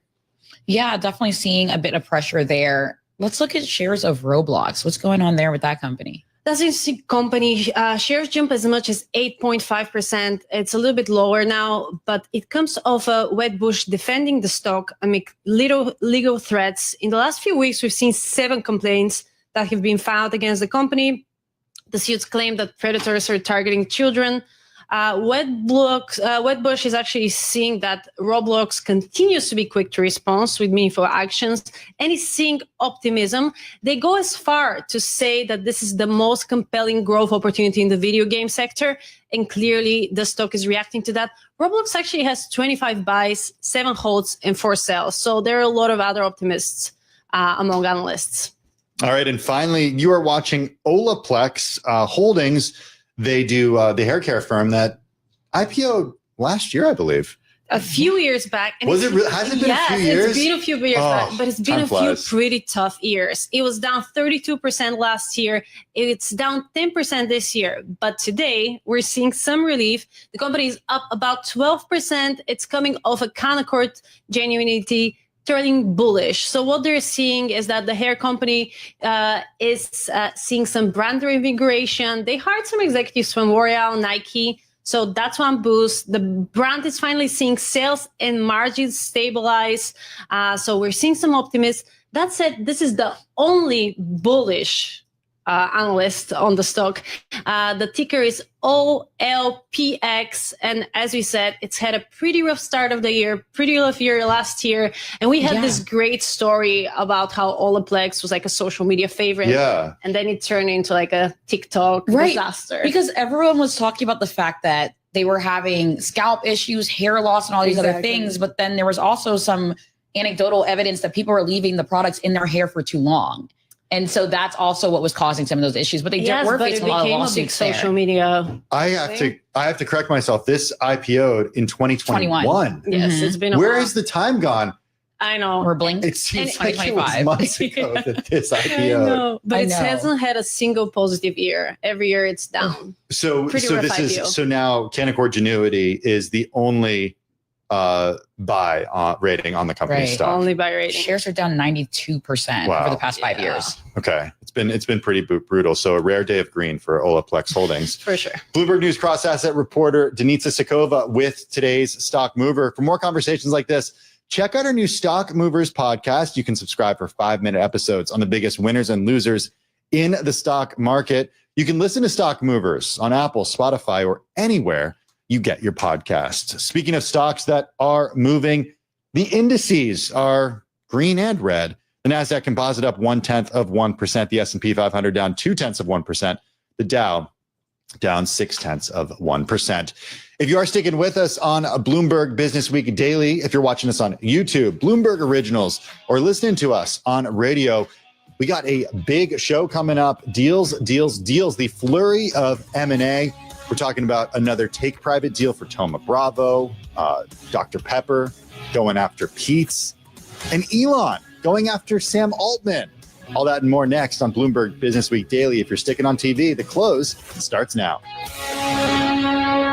The Fed's top names are on Bloomberg Radio. Boston Fed President Susan Collins. I would say it's not a done deal in terms of what we do at the next meeting. Chicago Fed President Austin Goolsbee. For sure, it feels to me like it's a live meeting. Richmond Fed President Thomas Barkin. Absolutely critical, the independence of the Fed. That does not mean the Fed is not held accountable. For the latest headlines from the Fed, listen on Bloomberg Radio or anytime on the Bloomberg Talks podcast. Broadcasting 24 hours a day at Bloomberg.com and the Bloomberg Business app. This is Bloomberg Radio. This is CBS News on the Hour, sponsored by The Wellness Company. I'm Cammie McCormick. Israeli airstrikes hit a hospital in southern Gaza twice today. Journalists had rushed to the facility after the first strike. 5 became victims in the second. President Trump said today he was unaware of the incident. Within the next 2 to 3 weeks, you're going to have pretty good conclusive ending. And it's a hard thing to say because they've been fighting for thousands of years. If you want to know, that's been a hotbed forever. The BBC's Lucy Williamson. Israel has confirmed that it is investigating a strike in the area of Nasser Hospital. It says it's going to carry out an initial inquiry. It said it regrets any harm to uninvolved individuals and does not target journalists. 5 were killed. President Trump touted his anti-crime efforts in Washington, D.C. and said troops could be deployed to Chicago next. We may wait. We may or may not. We may just go in and do it, which is probably what we should do. Trump signed 2 executive orders today, as Stacey Lynn reports. The first order would eliminate cashless bail by threatening to revoke federal funding for jurisdictions across the country with lax bail policies. They kill people and they get out. Cashless bail. The second executive order cracks down on flag burning, mandating prosecution for those who do. All over the country, they're burning flags. It will also direct the Attorney General to refer flag desecration cases that violate state and local laws to appropriate local authorities. Kilmar Abrego Garcia is in ICE custody, awaiting word on whether he'll be deported again, this time possibly to Uganda. He was released from custody Friday, only to be detained again this morning in Baltimore. His attorney, Sandoval Moschenberg. There was no need for them to take him into ICE detention. He was already on electronic monitoring from the U.S. Marshal Service and basically on house arrest. The only reason that they've chosen to take him into detention is to punish him. He's been moved to a detention center in Virginia, and his lawyers are worried he could be moved again to another center even further away from Maryland. A wildfire in central Oregon has forced thousands to evacuate. Some homes have already been lost. Meteorologist Jessica Birch on the hot conditions in the region. The Pacific Northwest is dangerous heat lasts today, tomorrow, and lingering all the way into our Wednesday forecast, too. Daytime highs today jumped to the triple digits in places like Medford, all the way over into Oregon. We're also gearing up for triple-digit temperatures today, all the way down into Phoenix, Arizona. This heat is impacting 10 million people. Checking the numbers on Wall Street at this hour, the Dow Jones down 293 points. The NASDAQ is higher by 14. This is CBS News. Every home should have at least one medical emergency kit. Order yours online in minutes. Your kit will be rushed to your door. Get $45 off at urgentcarekit.com/CBS and use code CBS. Hi, it's CBS Health and Wellness expert Cooper Lawrence. This is all too familiar to me. You wake up with a scratchy throat, congestion, runny nose, and cough. You know your body. You know you're getting sick. Your choices are tough it out, get sick, take time off of work, hope the doctor can see you this month, or wait 2 hours at urgent care and sit in a room full of sick people. Or open your medical emergency kit like mine right here. I just matched my symptoms to the doctor-recommended prescription. Start on the right meds and nip this in the bud now. This is not a first aid kit. It comes with doctors' prescribed meds to treat dozens of common and serious medical issues. Strong antibiotics for infections of all types, strep throat, pneumonia, UTIs, bronchitis, and a lot more. Plus, a doctor's easy guide so you know exactly what to take and when. No waiting to see the doctor and no waiting at the pharmacy. My meds are in my kit. Every home should have at least one medical emergency kit. Order yours online in minutes. Your kit will be rushed to your door. Get $45 off at urgentcarekit.com/CBS. Use promo code CBS. That's promo code CBS at urgentcarekit.com/CBS. President Trump took to social media yesterday to demand that Roger Clemens be inducted into baseball's Hall of Fame. Roger Clemens was a dominant pitcher. Clemens has set a major league record for strikeouts in a game. And he was linked to steroid use in the 2007 Mitchell report. He's denied it, but it kept him from getting the votes needed to get into the Hall. Trump said he shot a round of golf with Clemens and called him easily one of the few greatest pitchers of all time. Clemens acknowledged the post with one of his own. Earlier, Trump made a case for Pete Rose, disgraced by gambling, and the commissioner removed lifetime bans on deceased players, theoretically making Rose eligible for the Hall. Steve Kathan, CBS News. Keurig Dr. Pepper says it's buying Peet's Coffee in an $18 billion deal. The company then plans to split in two, one focusing on coffee and the other on soft drinks. I'm Cammie McCormick, CBS News.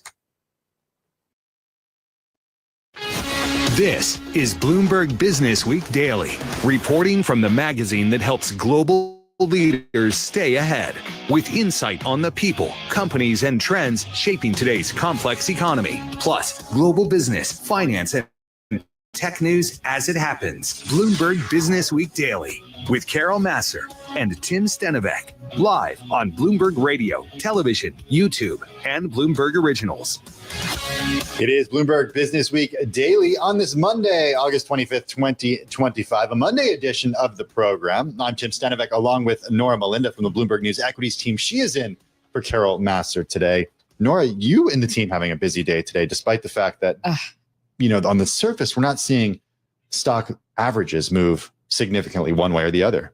But there's so many deals that have been happening today. This is clearly M&A Monday. We're seeing that all across the space. And of course, that's what we're going to be talking about throughout the show here today. So lots to keep an eye on here. Yeah, Keurig Dr. Pepper for Pete's, another Thoma Bravo take private. Our deals reporter is going to join us in a few minutes to break it down.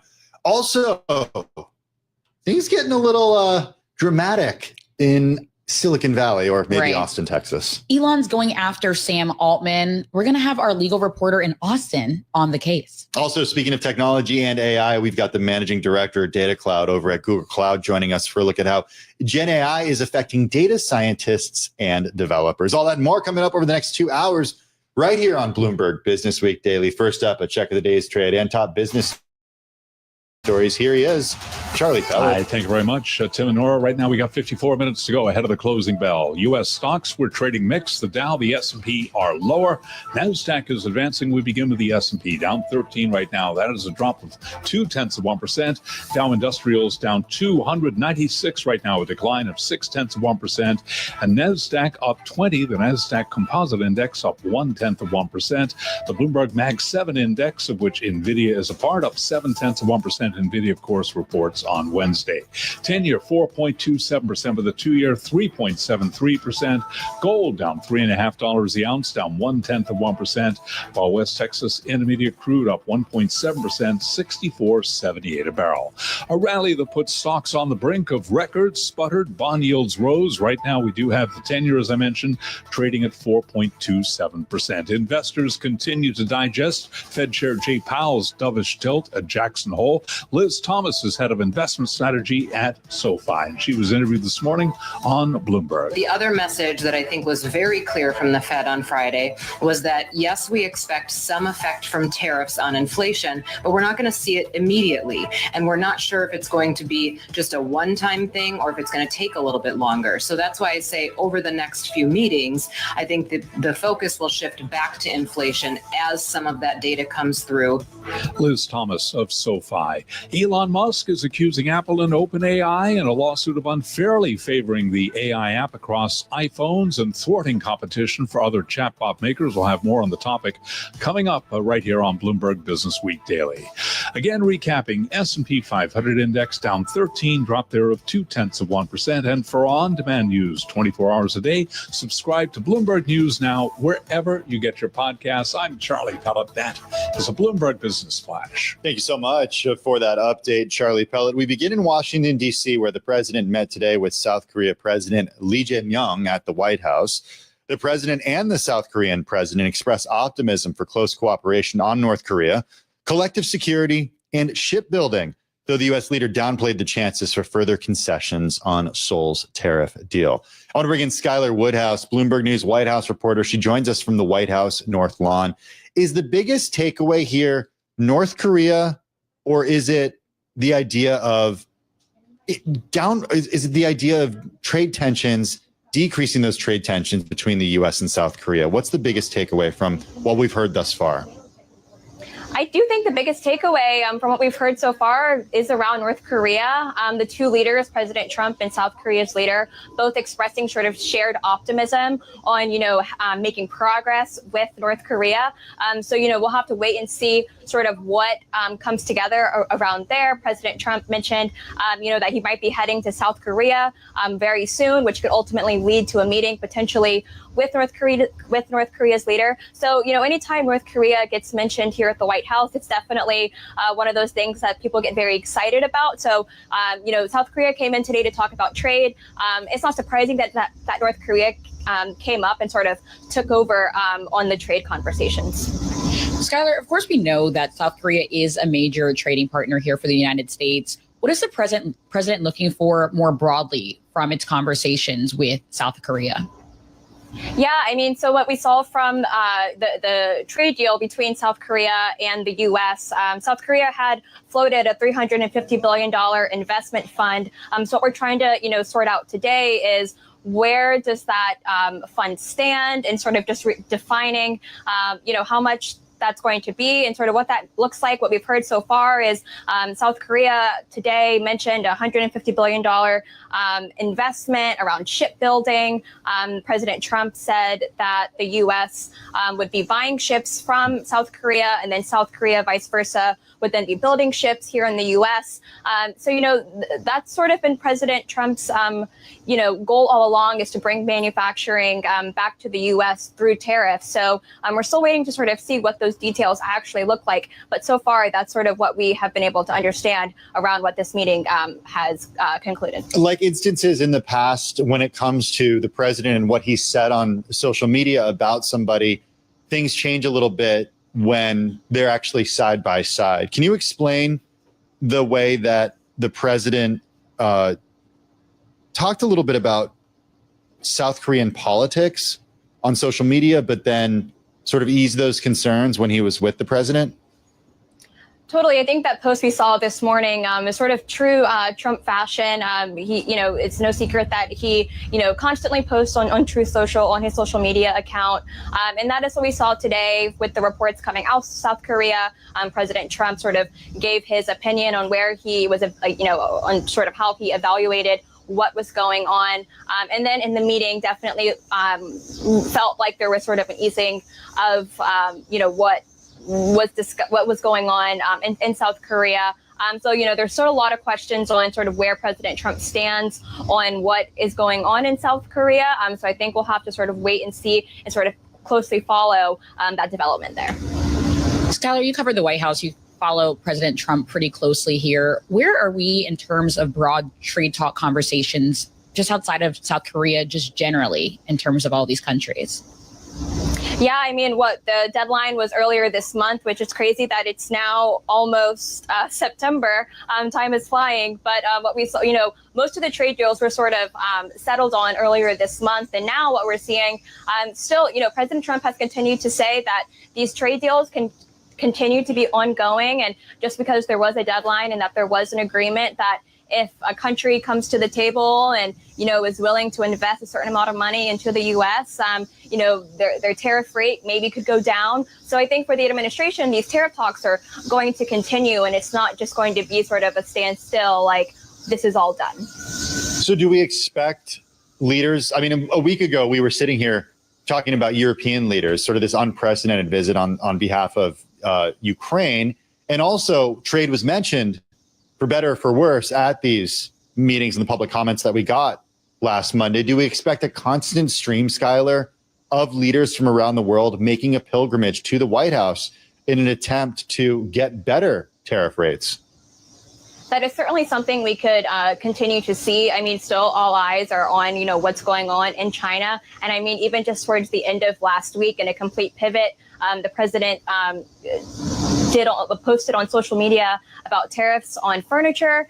So obviously countries that, maybe are leading the charge and building furniture might be coming to the table. So, that was sort of an area that came out of left field. And, you just don't know with the president, what sector could be coming next on the line. So whether it's a country or a sector, there's still lots of conversations that are going to be had. Skylar, of course, we know that the president has really been pushing this idea of a crackdown on crime in the United States. What's the latest there? What are you hearing? The president today signed 2 executive orders, one in D.C. in Washington and nationwide on ending cashless bail, which is really just sort of the next move in terms of the president going after crime. I mean, this comes shortly after the president launched National Guard troops into the nation's capital as they are making their patrolling. And it sort of just signals what is to come. The president today was asked about, if he plans to send troops into Chicago. He did not give a definitive answer on if that's something he would do. But it definitely is something that is being considered. So only time will tell if that actually happens. I mean, the president, this goes back, a while now to when there were troops deployed to Los Angeles. So the president is certainly sort of making his rounds around the country from Los Angeles now to what's going on in Washington, D.C. So, cities around the country are sort of bracing for, if they could be next. Skylar, always appreciate you joining us on Bloomberg Business Week Daily. Skylar Woodhouse, Bloomberg News White House reporter, joining us from the North Lawn of the White House. From the White House to one of the most read stories on the Bloomberg terminal, and that's about Elon Musk accusing Apple and OpenAI in a lawsuit of unfairly favoring the AI company across iPhones and thwarting competition for other chatbot makers. We've got Madeline Meckelberg with us, Bloomberg News legal reporter. She joins us from the Bloomberg Austin, Texas bureau. Madeline, what's at issue here? We've heard rumblings about complaints from Elon Musk on social media over the last week or so, but now it's official. What's the complaint say? Right. Nobody should be surprised to see this lawsuit today. Like you say, Elon Musk has been tweeting about it or posting about it, excuse me. But essentially, this lawsuit accuses Apple and OpenAI of forming what he describes as an illegal arrangement that allows both companies to retain monopolies in their respective industries, being smartphones for Apple and artificial intelligence for OpenAI. And it centers on 2 ideas, basically. He's accusing them of orchestrating this arrangement by having Apple integrate OpenAI into the iPhone's operating system, and also by having Apple supposedly prioritize ChatGPT in its app store over other artificial intelligence products. Are these accusations valid, and what would be the legal ramifications here? Right. I mean, these ideas are not happening in a vacuum. We've heard similar allegations made against Apple in the past when it comes to how they wield the power of their app store. And I think if we drill down a little closer into some of the legal arguments here, particularly when we're talking about integration, the argument here is on antitrust grounds. That's what this lawsuit has been brought against. And it's this argument that by using these 2 powerful companies and having them work together in this way, They're reducing consumer choice because iPhone users have to use ChatGPT if they're on their phone instead of a different AI software, if maybe they prefer something like Grok or XAI. And they argue also another element of this is that it gives OpenAI a leg up over other AI companies because now they're going to have access to billions of queries and questions submitted by iPhone users that other companies won't have access to. And so it's really about antitrust and this idea that whatever kind of agreement may exist between these companies, it's hurting other people operating and competing in this space, but it's also hurting consumers who lose choice. So what they're looking for here is a court order that would ask Apple and OpenAI to stop operating in this fashion. So what's interesting about this, and like you said, it's been playing out over the last couple of weeks. In your story, you include a post that I've seen as well by Sam Altman pushing back on the claims that Elon Musk made earlier this month. Elon Musk said Apple's behaving in a manner that makes it impossible for any AI company besides OpenAI to reach number one in the App Store, which is an unequivocal antitrust violation. XAI will take immediate legal action. Sam Altman pushed back and said, quote, "This is a remarkable claim given what I have heard alleged that Elon does to manipulate X to benefit himself and his own companies and harm his competitors and people he doesn't like." To be fair, there have been stories about what has been highlighted and what hasn't been highlighted on Elon Musk's social media platform. You know, maybe people have noticed that they see a lot of Elon Musk in their feed, even if they don't necessarily follow him in their For You tab, or I get ads from Starlink all the time. That's an Elon-owned company. There have been, it's known that that his companies work together in certain instances. And he's also been outspoken about links from news organizations not working as well on X. So it's a little complicated, isn't it? It's incredibly complicated, and I think this is going to be one of those cases that captures attention from across these industries, but also any industry that touches them or works with Musk's companies, because we're talking about so many huge players who wield so much power and influence in this tech space, but also in this AI space. And when we're talking about the Sam Altman and the Elon Musk of this and how they've gone back and forth publicly trading barbs, that's a feud between these two tech leaders that has gone on for years since they co-founded OpenAI together and split publicly. And this feels like we're just ratcheting up in the tension between these two leaders as it comes to them talking about their products and how they're publicly being perceived and these kind of collaborations that you're talking about. So certainly what happens here, the outcome here is going to be felt everywhere, and it could reflect on Musk's companies as well. Right. And this isn't the first time we've had these situations where Apple has been called out for its app store potentially promoting or having a high search for certain companies here, right? That's correct. I mean, Apple is still in a 5-year legal fight with Epic Games over allegations about its App Store's dominance in the smartphone market. And a lot of the complaints that we saw raised today in the Elon Musk lawsuit actually were echoed in a suit earlier, a few years ago, filed by the Justice Department against Apple that also accused the company of monopolizing the smartphone market and using its power over app distribution to kind of thwart innovation that makes it easier for consumers to switch between phones.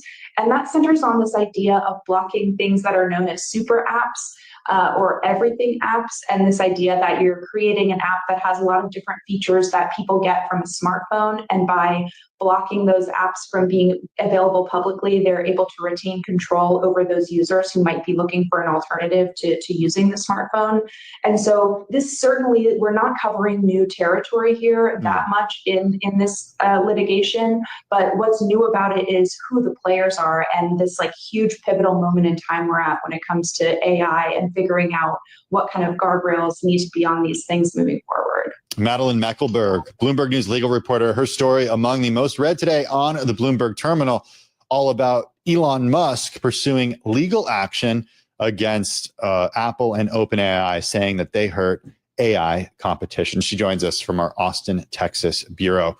We do have a little shy of 40 minutes until the equity markets close on this Monday afternoon. The S&P 500 in the red, the NASDAQ, though, in the green. Charlie Pellet is standing by. He's watching all the details, and he's got them for you. Hey, Charlie. Hi, thank you very much. I got you covered. Just talking about Apple, the stock now lower by 0.1%. Member of the Mag 7, that index higher today.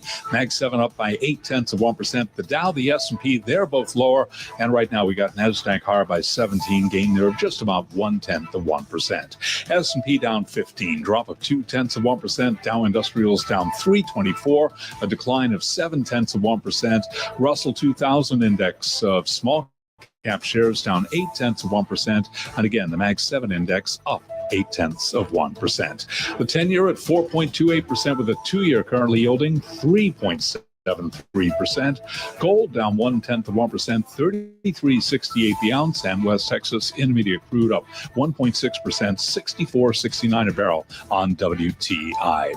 On Friday, Fed Chair Jay Powell signaled the September rate cut is likely on the way. As for the overall market backdrop, Megan Horniman is Chief Investment Officer at Verdens Capital Advisors. I think the expectations for the Fed meeting and what the Fed can deliver and may deliver is going to create quite a bit of volatility in the markets. They're pricing in perfection, not only from the Fed perspective, but from the economic perspective. And I just am a little bit more cautious than most market participants.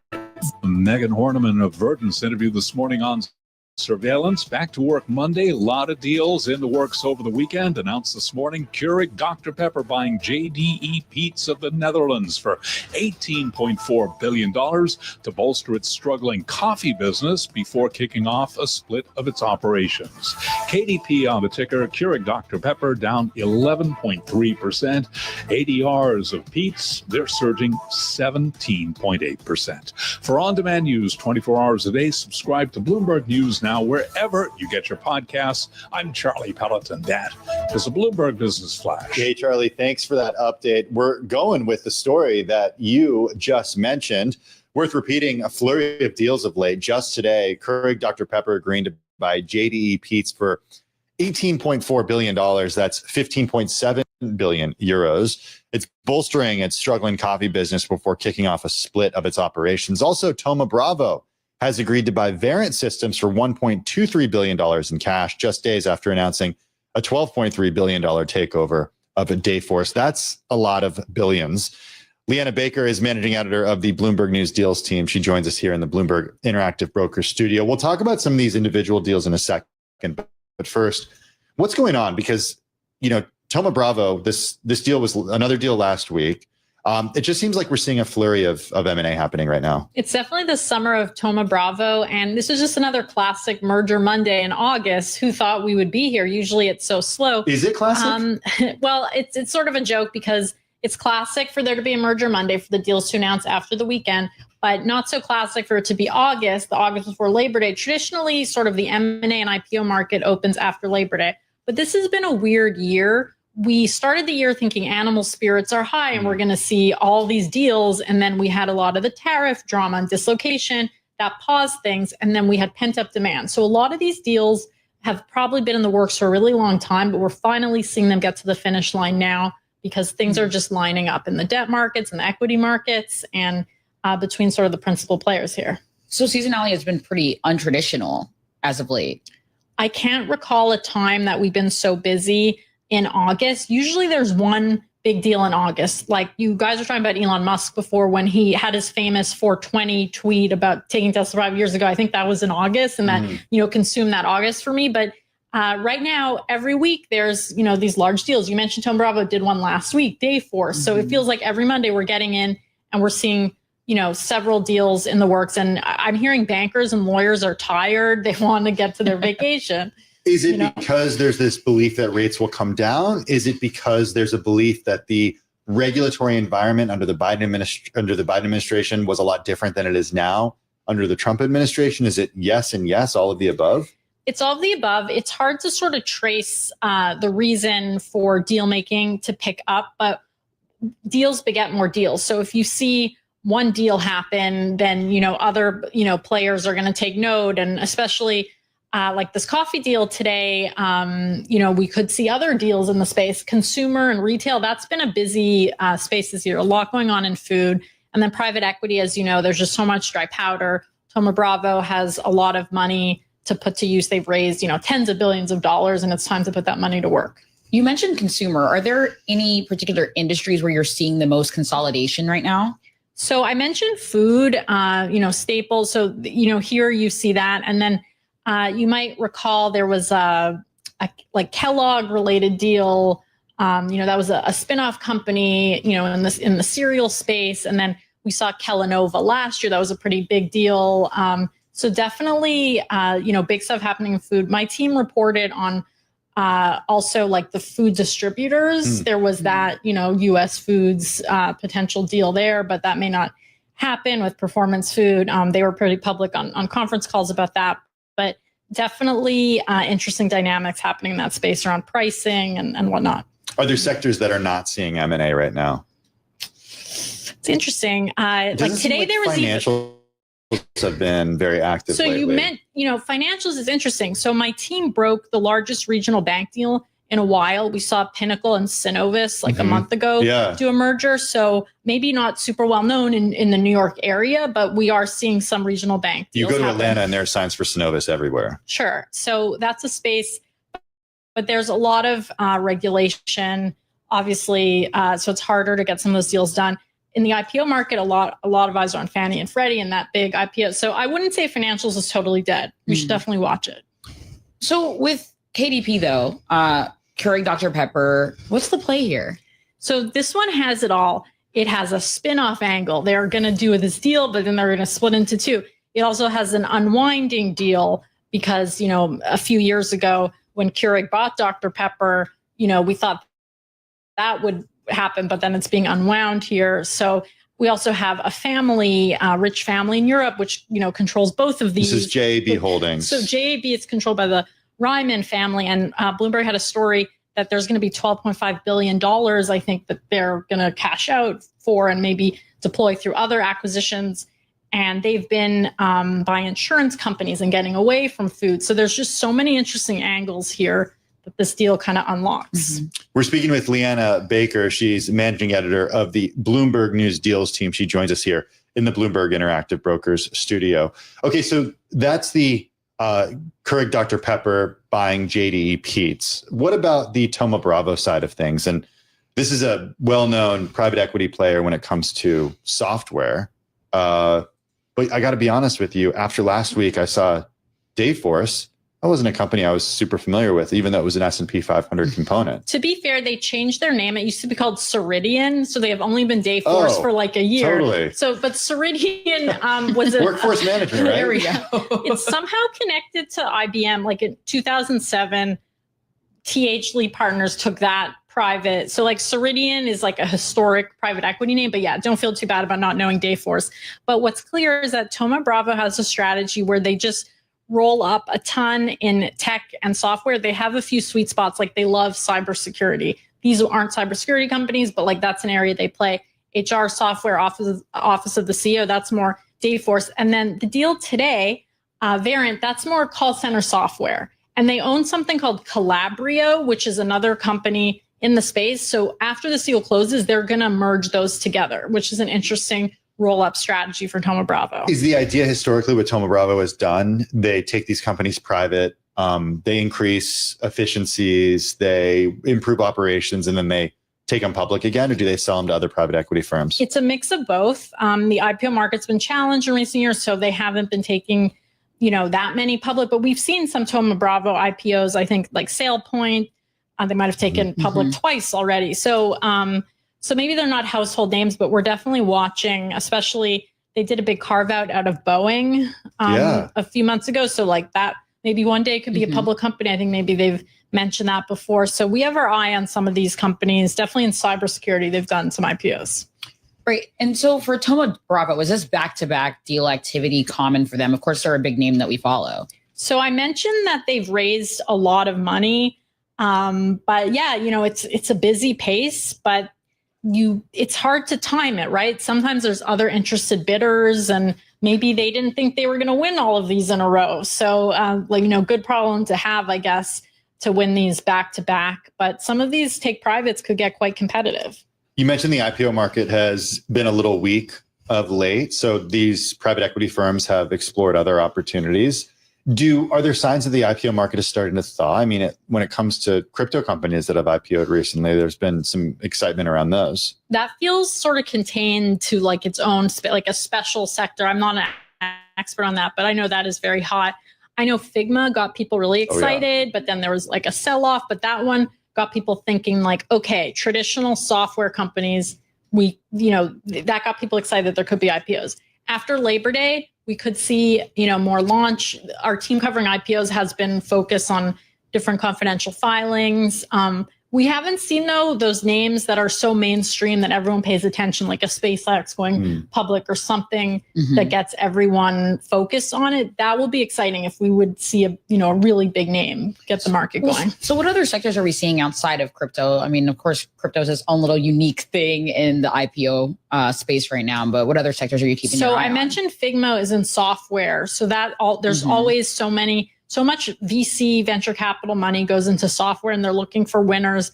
B2B, maybe it's not the sexiest space for like the general public, but that's where a lot of, you see a lot of IPOs. And then, we're watching a few other ones. Like we've reported on something called Medline, that could be worth $50 billion. So that's, it sounds like a boring company, but every hospital, every doctor's office, all the supplies come from this one Midwest company, Medline, who's backed by private equity. So there's a lot of interesting companies out there that we've been covering that, could see IPOs happen. Leanna Baker, always good to see you. Congratulations to all the scoops from you and the team. It's Leanna Baker. She's managing editor of the Bloomberg News Deals team. Oh, you know what? I do have 30 seconds left for you on U.S. involvement in companies because your team has been all over the Intel story. We haven't mentioned it. We heard the president say essentially today that yes, or we're talking about Intel, and then we heard one of the president's advisors say earlier on CNBC that, we could see this model roll out to other companies. Just very briefly, what are you hearing? So we were just saying how bankers and lawyers are busy on all these, pent-up demand for deals. They're also busy trying to figure out how to, play the U.S. angle. Like Intel had an investment banker, according to the press release. So it's just another thing kind of fueling the fire of how busy the summer is for M&A, because any company that wants to sell a stake to the U.S. government needs a lot of advisors to make sure, everything is kosher, I would say. Watch the space and watch her team. Leanna Baker, managing editor of the Bloomberg News Deals team. Coming up next on Bloomberg Business Week Daily, we're driving to the close. CBS News Brief. Israeli strikes on a hospital in southern Gaza have killed 5 journalists. Israeli army spokesman Efi Defrin. As a professional military committed to international law, we are obligated to investigate our operations thoroughly and professionally. Kilmar Abrego Garcia is back in federal custody. He was detained in Baltimore by ICE agents and then moved to a detention center in Virginia while his lawyers seek his release. CBS's Christian Benavides. The Trump administration has claimed Abrego Garcia is an MS-13 gang member, which he denies. His attorneys have already filed a lawsuit to try to prevent his deportation for a second time. Ahead of the 20th anniversary of Katrina, FEMA workers, current and former, have written a letter expressing concerns about cuts to the agency. New Orleans resident Wendell Frazier. FEMA is not what it used to be, and I don't know if we're ever going to get that back. The city, the state, they're going to need some sort of support. CBS News Brief, I'm Cammie McCormick. Catch up with the biggest names in business. Listen to Bloomberg Podcasts. The Circuit with Emily Chang. I speak with JP Morgan CEO Jamie Dimon. Odd Lots with Joe Weisenthal and Tracy Alloway. Austin Goolsbee, the Chicago Fed president. And Bloomberg Wall Street Week with David Weston. The discussion with BlackRock's Larry Fink. Listen on Apple CarPlay or Android Auto with the Bloomberg Business app and anywhere you get your podcasts. We have the perfect guest for this topic. Bloomberg Podcasts. Context changes everything. Can Europe take charge of its tech future? The global tech race is intensifying, and Europe's position is anything but guaranteed. Who will control the tech, platforms, and algorithms that shape our world? At Bloomberg Tech London this October 21st, we'll ask and answer the hard questions about Europe's tech sovereignty. Thank you to our presenting sponsor, PwC. Learn more at bloomberg.com/techlondon. This is a Bloomberg Money Minute. Higher health insurance premiums may be on the way in 2026. Insurance industry experts and brokers say rising medical costs and high prescription prices are likely to mean patients will be paying more for less coverage. Americans who buy policies through individual coverage marketplaces could be hit especially hard if the federal government pulls back on financial support. And cars have become so expensive that 7-year auto loans are fast becoming the norm.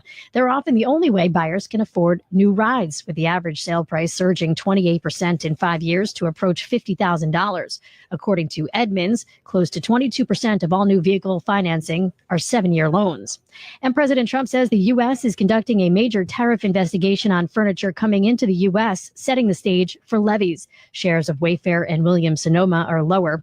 The president did not specify how the investigation is being carried out, but he says the move would revitalize domestic furniture manufacturing. Erica Herskowitz, Bloomberg Radio. Bloomberg Radio, on demand and in your podcast feed.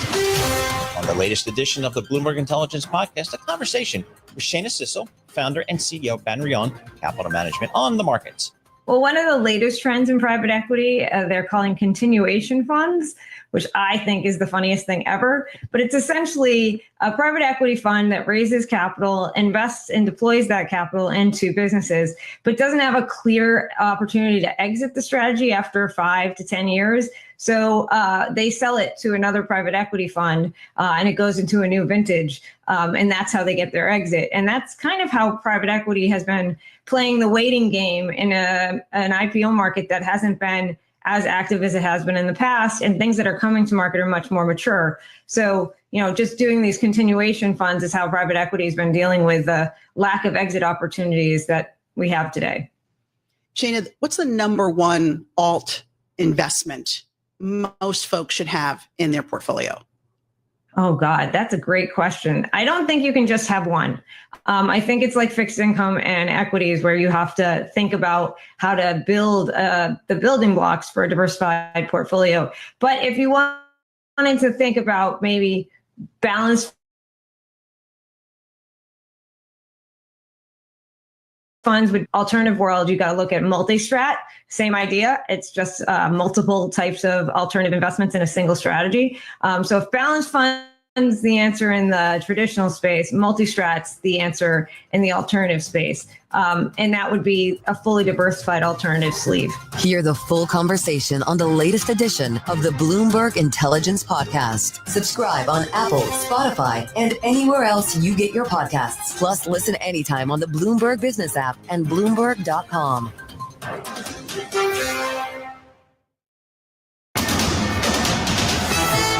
It's 3:40 on Wall Street. We do check markets all day long here at Bloomberg. We've got 20 minutes to go ahead of the closing bell. The Dow, the S&P, they are both lower. NASDAQ is higher, but right now let's head over to the first word breaking news desk for today's afternoon call.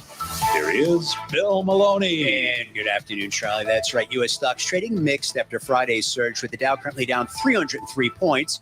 The S&Ps are down 15, while NASDAQ is still up by 13. The U.S. 10-year yield is at 4.28%. Gold is little changed. Oil is in the green, but Bitcoin, that's lower by 1.2%. Among the main 11 S&P sectors, leaders were tech and telecom. Consumer staples were under pressure, and leaders to the upside in the Dow, NVIDIA and Nike, while Merck fell 2.3% and led to the downside. In deal news, Thoma Bravo to buy Verint for $1.23 billion in cash, and Berkshire Hathaway said it was not in the market to buy a railroad. CSX fell 5% intraday. Wrapping things up, Google traded to an all-time high. Live from the first breaking news desk, I'm Bill Maloney. Charlie. Okay, we thank you very much, Bill Maloney. And for on-demand news 24 hours a day, subscribe to Bloomberg News Now, wherever you get your podcasts. I'm Charlie Pellet. That is a Bloomberg Business Flash. I'm driving in my car. How about you let me drive? Oh, no. This is not a toy. Who's gonna drive you home? Honey, please, I'll do the driving. Drive on. Excuse me, I want to drive. It's the question that drives us. This is the Drive to the Close. Punk the music will drive us till the dawn. On Bloomberg Radio. Well, look at that. We have less than 20 minutes to go until equity markets close on this Monday afternoon. The Dow down 0.6%. Go ahead and round that up to 0.7%. The S&P 500 down about 0.2%. The NASDAQ composite pretty much flat, though we can go ahead and call it up 0.1%. I do want to drive to the close with Mike Rode. He's Senior Investment Director at American Century Investments. The firm has about just shy of $300 billion in AUM. $50 billion is actively managed small cap assets, which we want to talk about with Mike.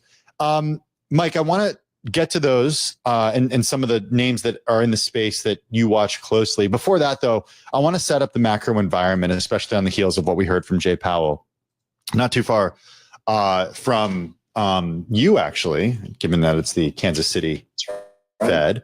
What was your big takeaway apart from the trading reaction that we saw on Friday, but really what he said about expectations for the next meeting and beyond? Yeah, it sounds, well, first of all, Tim and Nora, thanks for having me. It sounds like we're going to get some cuts later this year. Some cuts, you think? Some cuts. Well, at least one, right? I think at least one cut is kind of baked in at this point. We may get another. Our fixed income team is looking for 2 cuts. I think another important thing he said was, with inflation being from tariffs being temporary. I don't think he used the word transitory.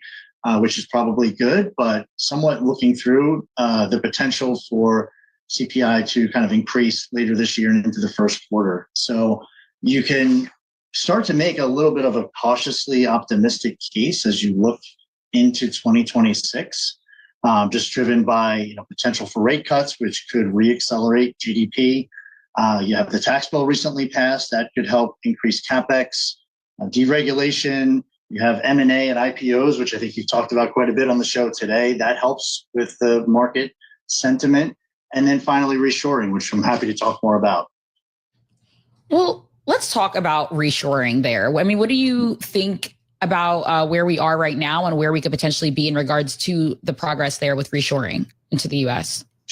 Sure. So if you look at just the market so far this year, up until about 2 weeks ago, it had kind of been deja vu with last 2 years, it was all AI all day, right? The basket of AI leaders was up almost 70% on the year before a couple of weeks ago, whereas the rest of the economy, so I'm talking small caps, mid caps, value, there hadn't been much earnings growth. And as a result, there hadn't been much in terms of stock price performance. All the dollars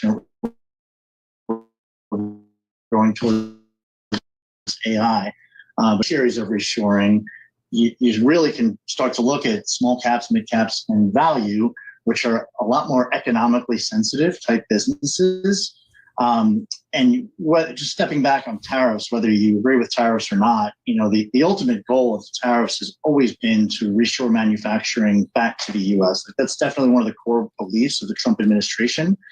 And you can argue that it's working, at least from a headline perspective. So I think the Wall Street Journal had an article out saying that there's been $2 trillion in pledges to invest in the U.S. from the major technology companies over the last 7 months. So Apple, $600 million, NVIDIA, $500 million, Micron, $200 billion, excuse me. So there's definitely been a lot of announcements. Now, I'll acknowledge that announcements don't necessarily mean shovels in the ground and dollars flowing. Good point. But from a directional perspective, it's a positive, and it is happening, by the way. So I live in Kansas City. There's a $4 billion Panasonic electric vehicle battery facility that just opened about 30 minutes from where I live. So it's been happening. And kind of as you look out over the next 2 or 3 or 5, maybe 10 years, if businesses do bring manufacturing back to the U.S. and those small caps, mid caps, value companies are poised to be the biggest beneficiaries, and you could see some earnings growth that is consistent. Whereas, yes, AI has been amazing, but the growth has the potential to slow over the next couple of years. While in small and mid caps, you're seeing potential for acceleration, which we believe in what American Century is built on. Acceleration drives acceleration in earnings drives stock prices. So let's talk about some of these companies in the last 3 minutes that we have with you. I want to start with Knight-Swift and talk a little bit about trucking. We've heard for years that trucking's in a recession. I'm wondering if we're out of that. Yeah, I'd say we're still in it, right? But markets look forward, and you have a couple things going on. So yes, we have been in recessionary territory. There was a massive kind of overcapacity as spot rates got really high for trucking coming out of COVID. A lot of these companies kind of overbuilt capacity, and you're starting to see that capacity come off. And so you have kind of a mix of two things. A, capacity is coming down, and you're starting to see demand kind of increase off of the bottom. And so that's a pretty good environment for spot rates to start to increase in the trucking industry. And Knight-Swift would be a potential beneficiary of that. And, the stocks, as you mentioned, they've been in a recessionary territory. There hasn't been much interest. And if you start to see that acceleration in earnings off of a very low bottom, that's a pretty good setup for the trucking industry and for Knight-Swift in particular. You're bullish on Herc Holdings. That, of course, is a company that's focused on renting construction equipment. $4.4 billion company. What are the fundamentals there? What's driving your bullish call? Yeah, so we own Herc Holdings, and we also own Knight-Swift, both in our small cap growth portfolio as of the end of the second quarter. And so for Herc, they rent construction equipment. So that's kind of a pure play on a recovery in non-residential construction. As U.S. CapEx starts to increase, driven by whether it's reshoring or driven by the tax bill, which helps companies really accelerate the depreciation, which then on equipment purchases, which then leads to more free cash flow to invest in their businesses. And Herc should be a direct beneficiary from CapEx. I think the previous guest was talking about M&A. We've seen increased M&A in construction equipment rental industry. So H&E equipment was acquired by Herc Holdings. It was kind of a competitive bidding war between Herc and United Rentals. So again, pure play on non-residential construction starting to improve. Again, we're not in AI territory where earnings growth is 50% and maybe could go to 60. You're coming off of a really low base, and valuations reflect that. And if you start to see some improvement, get that acceleration, which then translates into a higher stock price. Mike, I love it when you join us. You got to come back soon. We love talking these names and individual names with you. Appreciate you taking the time today and joining us on Bloomberg Business Week Daily. Mike Rohde is Senior Investment Director at American Century Investments. Hey, taking a look at markets as we get ready to count you down to the close and take you to the closing bell and beyond. Down 0.3% on the S&P 500. NASDAQ still in the green, ever so slightly. The Dow down 0.7%. Coming up next, it is your cross-platform coverage of the market close. It is the closing bell. This is Bloomberg Business Week Daily. Get the Bloomberg Business Week newsletter, BW Daily, delivered to your inbox every weekday. It's the power of Business Week in a handy form. Sign up now at Bloomberg.com/newsletters. Everything you love about Bloomberg Radio is now inside your car. The new Bloomberg Business app featuring Apple CarPlay and Android Auto. All your favorite Bloomberg Radio shows right on your dashboard. Download it free in the Apple App Store or on Google Play. This is a Bloomberg Money Minute. Shopify is tightening its rules against selling racist merchandise on the popular e-commerce platform. A help page has been added describing prohibited items such as products promoting hateful content, violence, or profanity.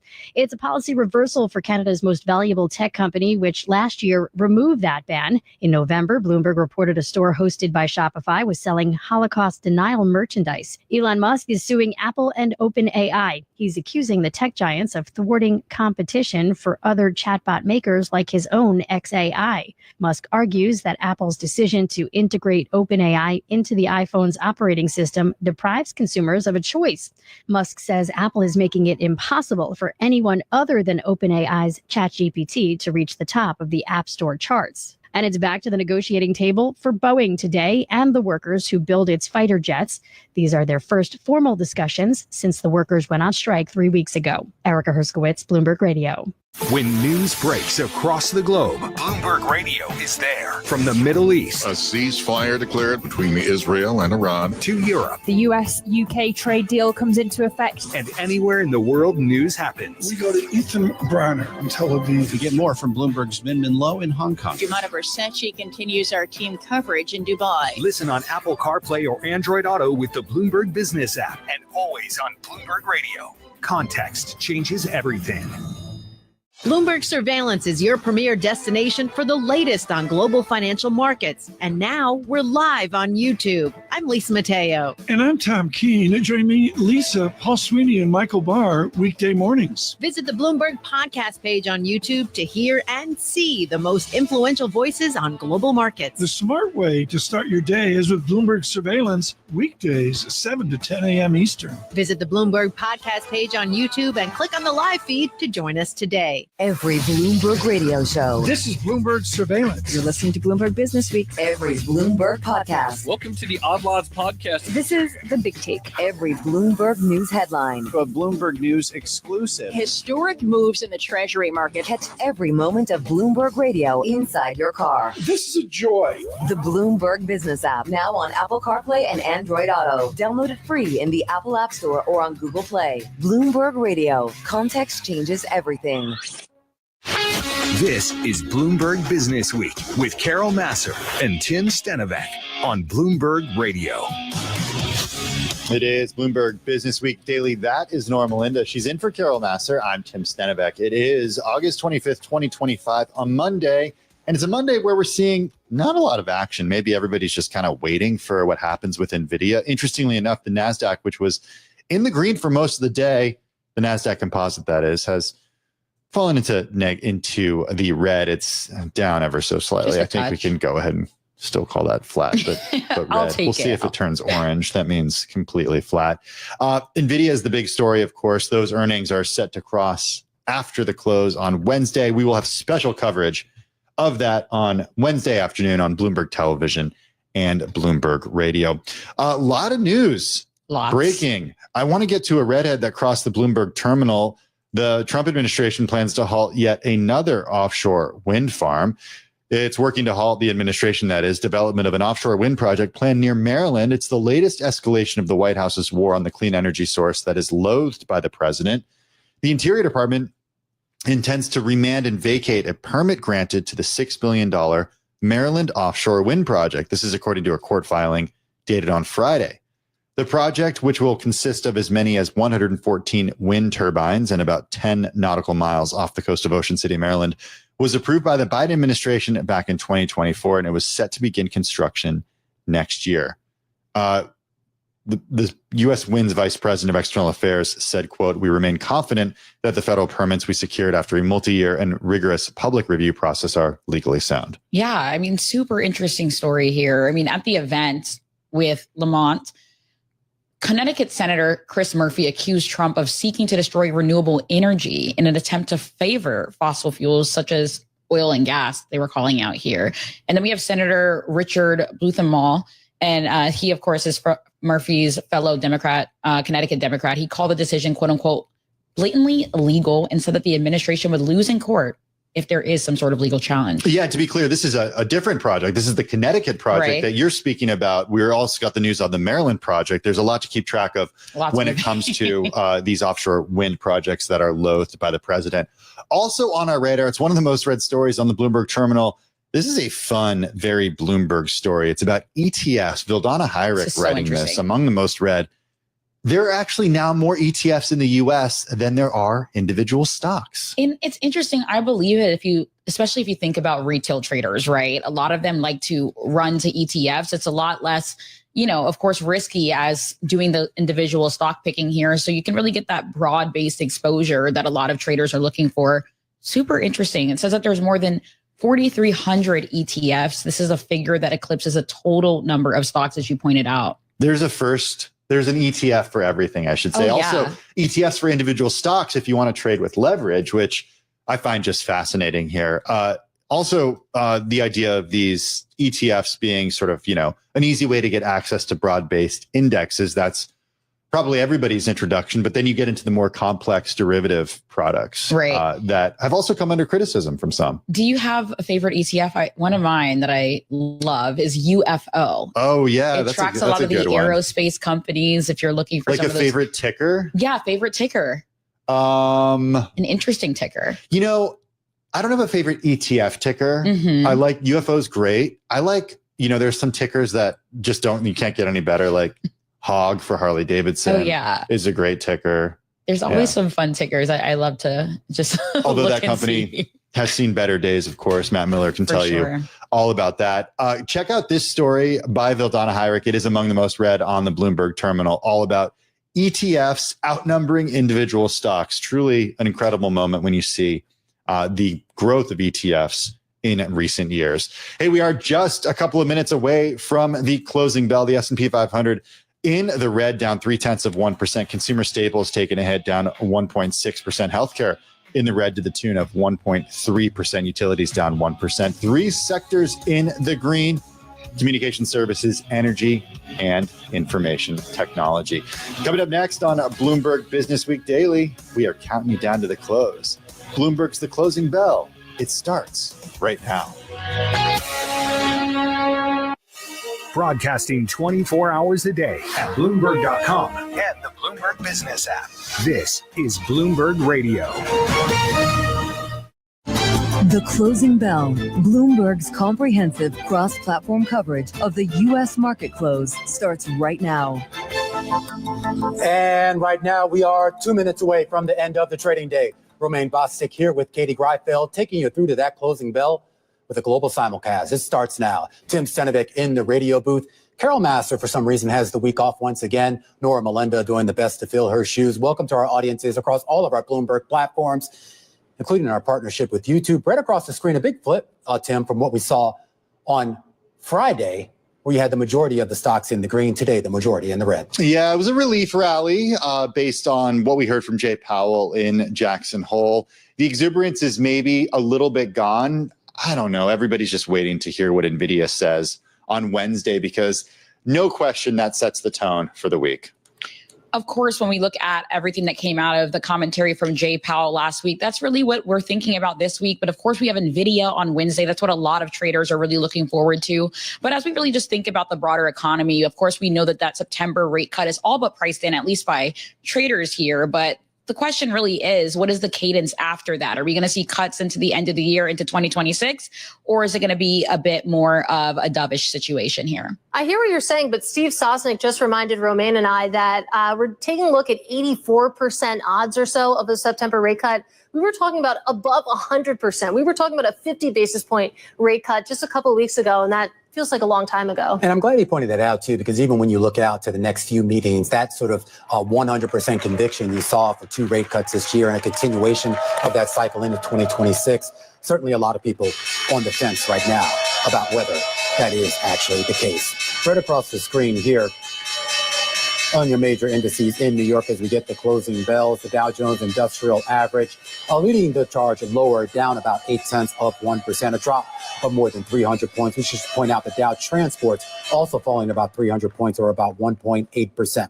The S&P 500 on Friday, you had about 400 stocks in that index rise on Friday. About 400 fell today. That pushes the index down 28 points, or 0.4%. The NASDAQ Composite down 0.2%, and the Russell 2000 closing out the day lower by about 1% on the nose. I think Romaine just took my line. That's okay, Romaine. 101 stocks did move higher in the S&P 500. He probably practiced for that. 400 stocks declined. You know, I want to tell you guys, I heard from Carol today. Oh, what'd she say? She's doing great. Does she think I'm doing great? She's having a great vacation. Okay. Yeah. So I just want to let you know. Rubbing that in. Sure. All right. There are signs of life. Okay. That's good. Yeah. 400 stocks did decline. 100 stocks did move higher in the S&P 500.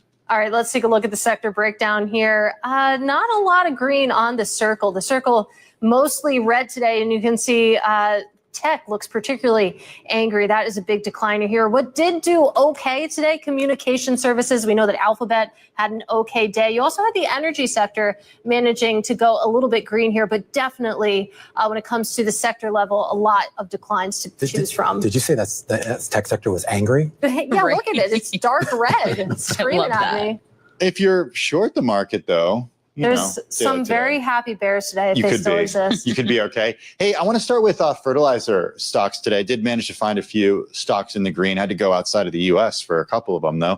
1.8% to the upside for the Mosaic Company. We did see fertilizer stocks rise today after the USGS's draft of mineral commodities to be included in the 2025 list of critical minerals included potash. This according to a notice in the Federal Register. Minerals listed include aluminum, cobalt, copper, silicon, and more. Also, did you see the news earlier today? A lot of deal news today. We spoke with Leanna Baker from the deals team earlier. A merger Monday, a deals Monday, call it what you will. Some information about Puma coming out. Puma shares rose as much as 20% earlier in the session. These ADRs finished the day higher by close to 15%. This is the most going back to October of 2001, after Bloomberg News reported that the billionaire Pinot family is weighing options for the sportswear company, including a sale. The Pinot clan owns about 29% of Puma through their Artemis vehicle. The family is working with advisors and has reached out to potential buyers to gauge interest, according to people familiar with the matter. And another ADR on the rise today, shares of JDE Peets today, ADRs of JDE Peets today, higher today by close to 17%. Keurig Dr. Pepper agreed to buy JDE Peets for about $18.4 billion to bolster its struggling coffee business. You may remember that there was this takeover of soda maker Dr. Pepper by Keurig back in 2018. This essentially undoes that transaction. I was about to ask you when they tied up. I mean, that wasn't that long ago. It wasn't that long ago. That was when the whole idea with JAB Holdings, which is controlled by that one German family, their idea was if we can control all the coffee at these different, various firms, including Pret. I think they had a big share of Krispy Kreme as well, Panera as well. Yeah. I mean, they were. But a lot has changed since then, including coffee prices have gone up and there have been tariff concerns. So, there have been some issues. Well, interestingly, if we look at the other side of the coin, I've got some decliners for us to take a look at. And one of them is, of course, with the story that Tim has just been talking about here. Let's look at shares of Keurig Dr. Pepper. That's ticker KDP here. And this, we are seeing the stock that closed down about 11% in trading today. It was the worst performing stock in the S&P 500. And of course, we know this is after that deal that we were just talking about, $18.4 billion deal to buy JDE Peets. It seems as though investors on the Keurig Dr. Pepper side, not too happy. Shares are down about 3% year to date. I also want to take a look at some furniture stocks. I mean, of course, we know tariff headlines continue to fly. And here, of course, we know that a lot of these furniture related companies like RH, for instance, falling, Wayfair down, a lot of those other companies that are all related to the fact that Trump announced a major tariff investigation on furniture coming into the U.S. And this, of course, is weighing on a lot of those companies. Shares of RH down about 41%. Wayfair, on the other hand, up about 65%. Investors really just still trying to digest what's going on here and what that means for the sector moving forward. But another company let's look into right now, that is American Eagle. This has nothing to do with Sydney Sweeney this time, of course, but this is the company is sliding today, especially after Bank of America cut its recommendation on the stock to underperform from neutral. They're really pointing toward tariff pressures on profitability, which we know has really been in focus for a lot of these retailers as we think about clothing companies and what that means in terms of whether or not they're going to actually have to pass on the tariff prices on to consumers here. But if you look at the stock of American Eagle, it seems as though the majority of Wall Street is really advising that traders hold on to the stock. One analyst has a buy rating, 8 have a hold, and 3 have a sell. Shares are down about 25% year to date. And I just want to put an honorable mention to FIG is the ticker, Figma. Of course, coming off that IPO, analyst coverage started today. You had 8 notes out today, and 7 of them were for neutral equivalent. So not a lot of bullishness on this stock. 7 holds right now and 3 buys. Let's take a quick check on yields right now, because we did see some movement across the curve, primarily to the upside, which sort of belies what we saw last week coming off of Jay Powell's speech here. But a lot of this does have to do with a pretty heavy auction slate over the next few days. About $183 billion of treasuries slated to go on sale started tomorrow, 2, 5, and 7-year notes. And as Steve Soshnick was telling us on the TV program, Katie, just a second ago, this, of course, that big PCE report on Friday that might be giving some bond investors pause. Yeah, absolutely. A lot to look forward to there. It's not all about NVIDIA, you guys. Is it about Netflix too? I think that you're going to lead us there. Yeah, I'm gonna lead us there. So Netflix, of course, is known as this company that took analog DVDs and brought us into the streaming age with really inventing a category. Now they're kind of going analog again. They're out creating these Netflix houses, and it's exactly what it sounds like. It's 100,000 square feet. The company says it's a, quote, first of its kind, permanent year-round home for fans. It's free to enter. You can bring most popular shows to life. Stranger Things, Love is Blind, and yes, even Squid Game, which I don't really want to bring to life, but I don't know if I'd like that too much. I had to tap out of Squid Game. It was a little bit too violent for me. Did it make it to the next season? No. Life is too short. What I want to quabble with, actually, it says that Netflix House is opening in Philadelphia at King of Prussia on November 12th. King of Prussia isn't in Philly, is it? Oh, you're asking the wrong person. Yeah, it's in Pennsylvania. Yeah. It's not in Philly. It's pretty far. I guess so. You're a stickler, so you won't be there. No. So how does this work? Is this like a Soho House where you have to be a member and it's just all the cool people, or do they just let anyone in? It's just based on the membership tier, Roman. Oh, okay. That's what it sounds like. But the old HD of not SD. It doesn't matter, Tim and I were earlier Beautiful talking. This kind of reminds us a lot of Disney. I mean, if I'm really interested to see how this all evolves, especially when you think about yourself, you watch these shows and then now you're actually kind of immersed into the situation here. Really, like, I don't know how I'd feel about that, especially as we think about Squid Games, but I think it could be a great opportunity for people to get some merch, of course, from their favorite shows. Well, we do have some breaking news out of South Korea. Actually, this coming from the president, the president of the United States says on South Korea that we think we have a deal here. Of course, we know that they have been meeting President Trump and President Lee all day, and you can see the scenes in the Oval Office right now. Absolutely. We are keeping an eye on that as the two leaders wrap up their meeting here. And of course, what exactly the trade relationship with the government here in the United States, and we should point out the relatively new government over there in South Korea looks like.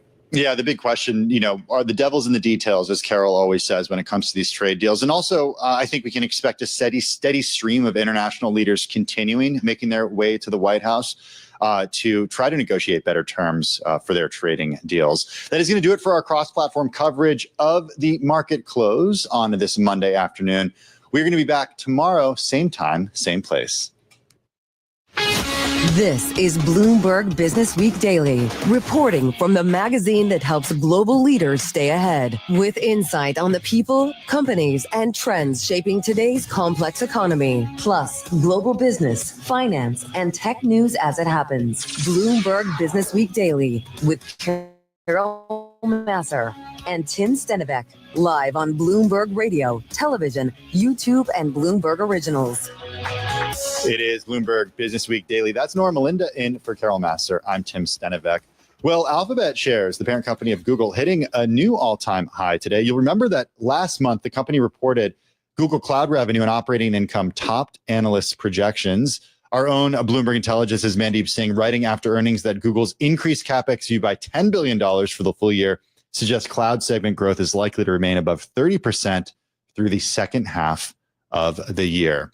We've got with us Mandeep Singh. He's Global Head of Technology Research at Bloomberg Intelligence. Also joining us, Yasmin Ahmed, Managing Director of Data Cloud at Google Cloud. Both of them join us here in the Bloomberg Interactive Broker Studio. I should note, Yasmin will be featured on an upcoming episode of the Tech Disruptors podcast with Mandeep Singh. Be sure to check that out anywhere you get your podcast. I want to actually start with you, Mandeep, and just set the scene for us a little bit about why you want to speak to someone like Yasmin on the podcast. I mean, look, and she's sitting right here, by the way. She is, and so she can hear you. I thank you for the shout out on the Tech Disruptors episode. Look, Google Cloud. I mean, if this was a separate company, $50 billion run rate segment growing at over 30%. Just think about it. They could exceed, $100 billion in revenue over the next 2-3 years. So clearly there is a lot of exciting things that are going on. And talking to Yasmin, it was pretty obvious that, they have a lot of products at the database level that are doing very well when it comes to AI agents and just how companies are looking at deploying generative AI. So let's go right there, Yasmin. Come on in to the conversation and talk a little bit about what Mandeep was saying when it comes to the AI agents and how they're utilizing Google Cloud right now. So AI agents are transforming for our customers their business as they deploy now these highly sophisticated agents that can optimize entire supply chains, that can transform how customer experience looks. You take Wayfair, for example, they're doing visual search. So as a customer, you can upload a picture. That picture is used to find similar products in the catalog and bring those back. So Wayfair are seeing a 15% improvement in conversion from that kind of visual search. That's why you see customers looking at how can we deploy more of these agents and new AI apps across the enterprise. So how is Gen AI also impacting the work for data scientists and data developers on that end? We see huge impact. I'll actually go back to my experience. When I first came out of university, I was a software engineer and I got given all of the mundane tasks, refactoring the tech debt, writing code labs, code tests, and it felt like a penance you had to pay. Well, with code agents and data engineering agents and data science agents, we can take all of that mundane task away and allow developers, data scientists, data engineers to actually focus on solving business problems. In fact, Honeywell have said the use of these coding agents from Google have enabled their developers to operate 70% faster. So huge amounts of efficiency gain, but also just an elevated role for these humans. So Yasmin, can I jump in there? So what do you think customers are replacing here, given, all these sounds great, but if you're an enterprise, you have to find budgets to, deploy all this at scale, and generative AI, as we know, is quite expensive. So what is it that they are displacing to invest in generative AI? I think generative AI is not just about augmenting now new technology and bolting on more cost. In fact, the most transformative use cases actually get to the heart of a business and rewire the way work gets done. So if we look at some of our customers and use cases, for example, Optus, they are Australia's second largest telecommunications company. They've now deployed a networking agent that is actually scanning all of the network signals, identifying potential issues in the future. And Third Wall Street is a new emerging global capital markets formation and structured trifactor financial hub at the U.S. third border in St. Croix, U.S. Virgin Islands, in the Caribbean and Latin America. The new Third Wall Street is the home of the Alexander Hamilton Financial Center and named in honor of Alexander Hamilton, an American founding father, first U.S. Treasury Secretary, an architect of the U.S. financial system and modern America. Third Wall Street is located in a U.S. National Heritage Area, Opportunity Zone, and the boyhood home of Alexander Hamilton in St. Croix, U.S. Virgin Island, connecting 3 financial hubs in the Americas by way of new innovative financial technology and markets: New York Wall Street South, Brickell Avenue, Miami, and Third Wall Street in St. Croix, U.S. Virgin Islands, and established the new Caribbean America's Single Economy Zone, developed by SETI Case Capital Markets. Third Wall Street will transform financial markets, improving access to capital worldwide. Visit www.thirdwallstreet.com to learn more.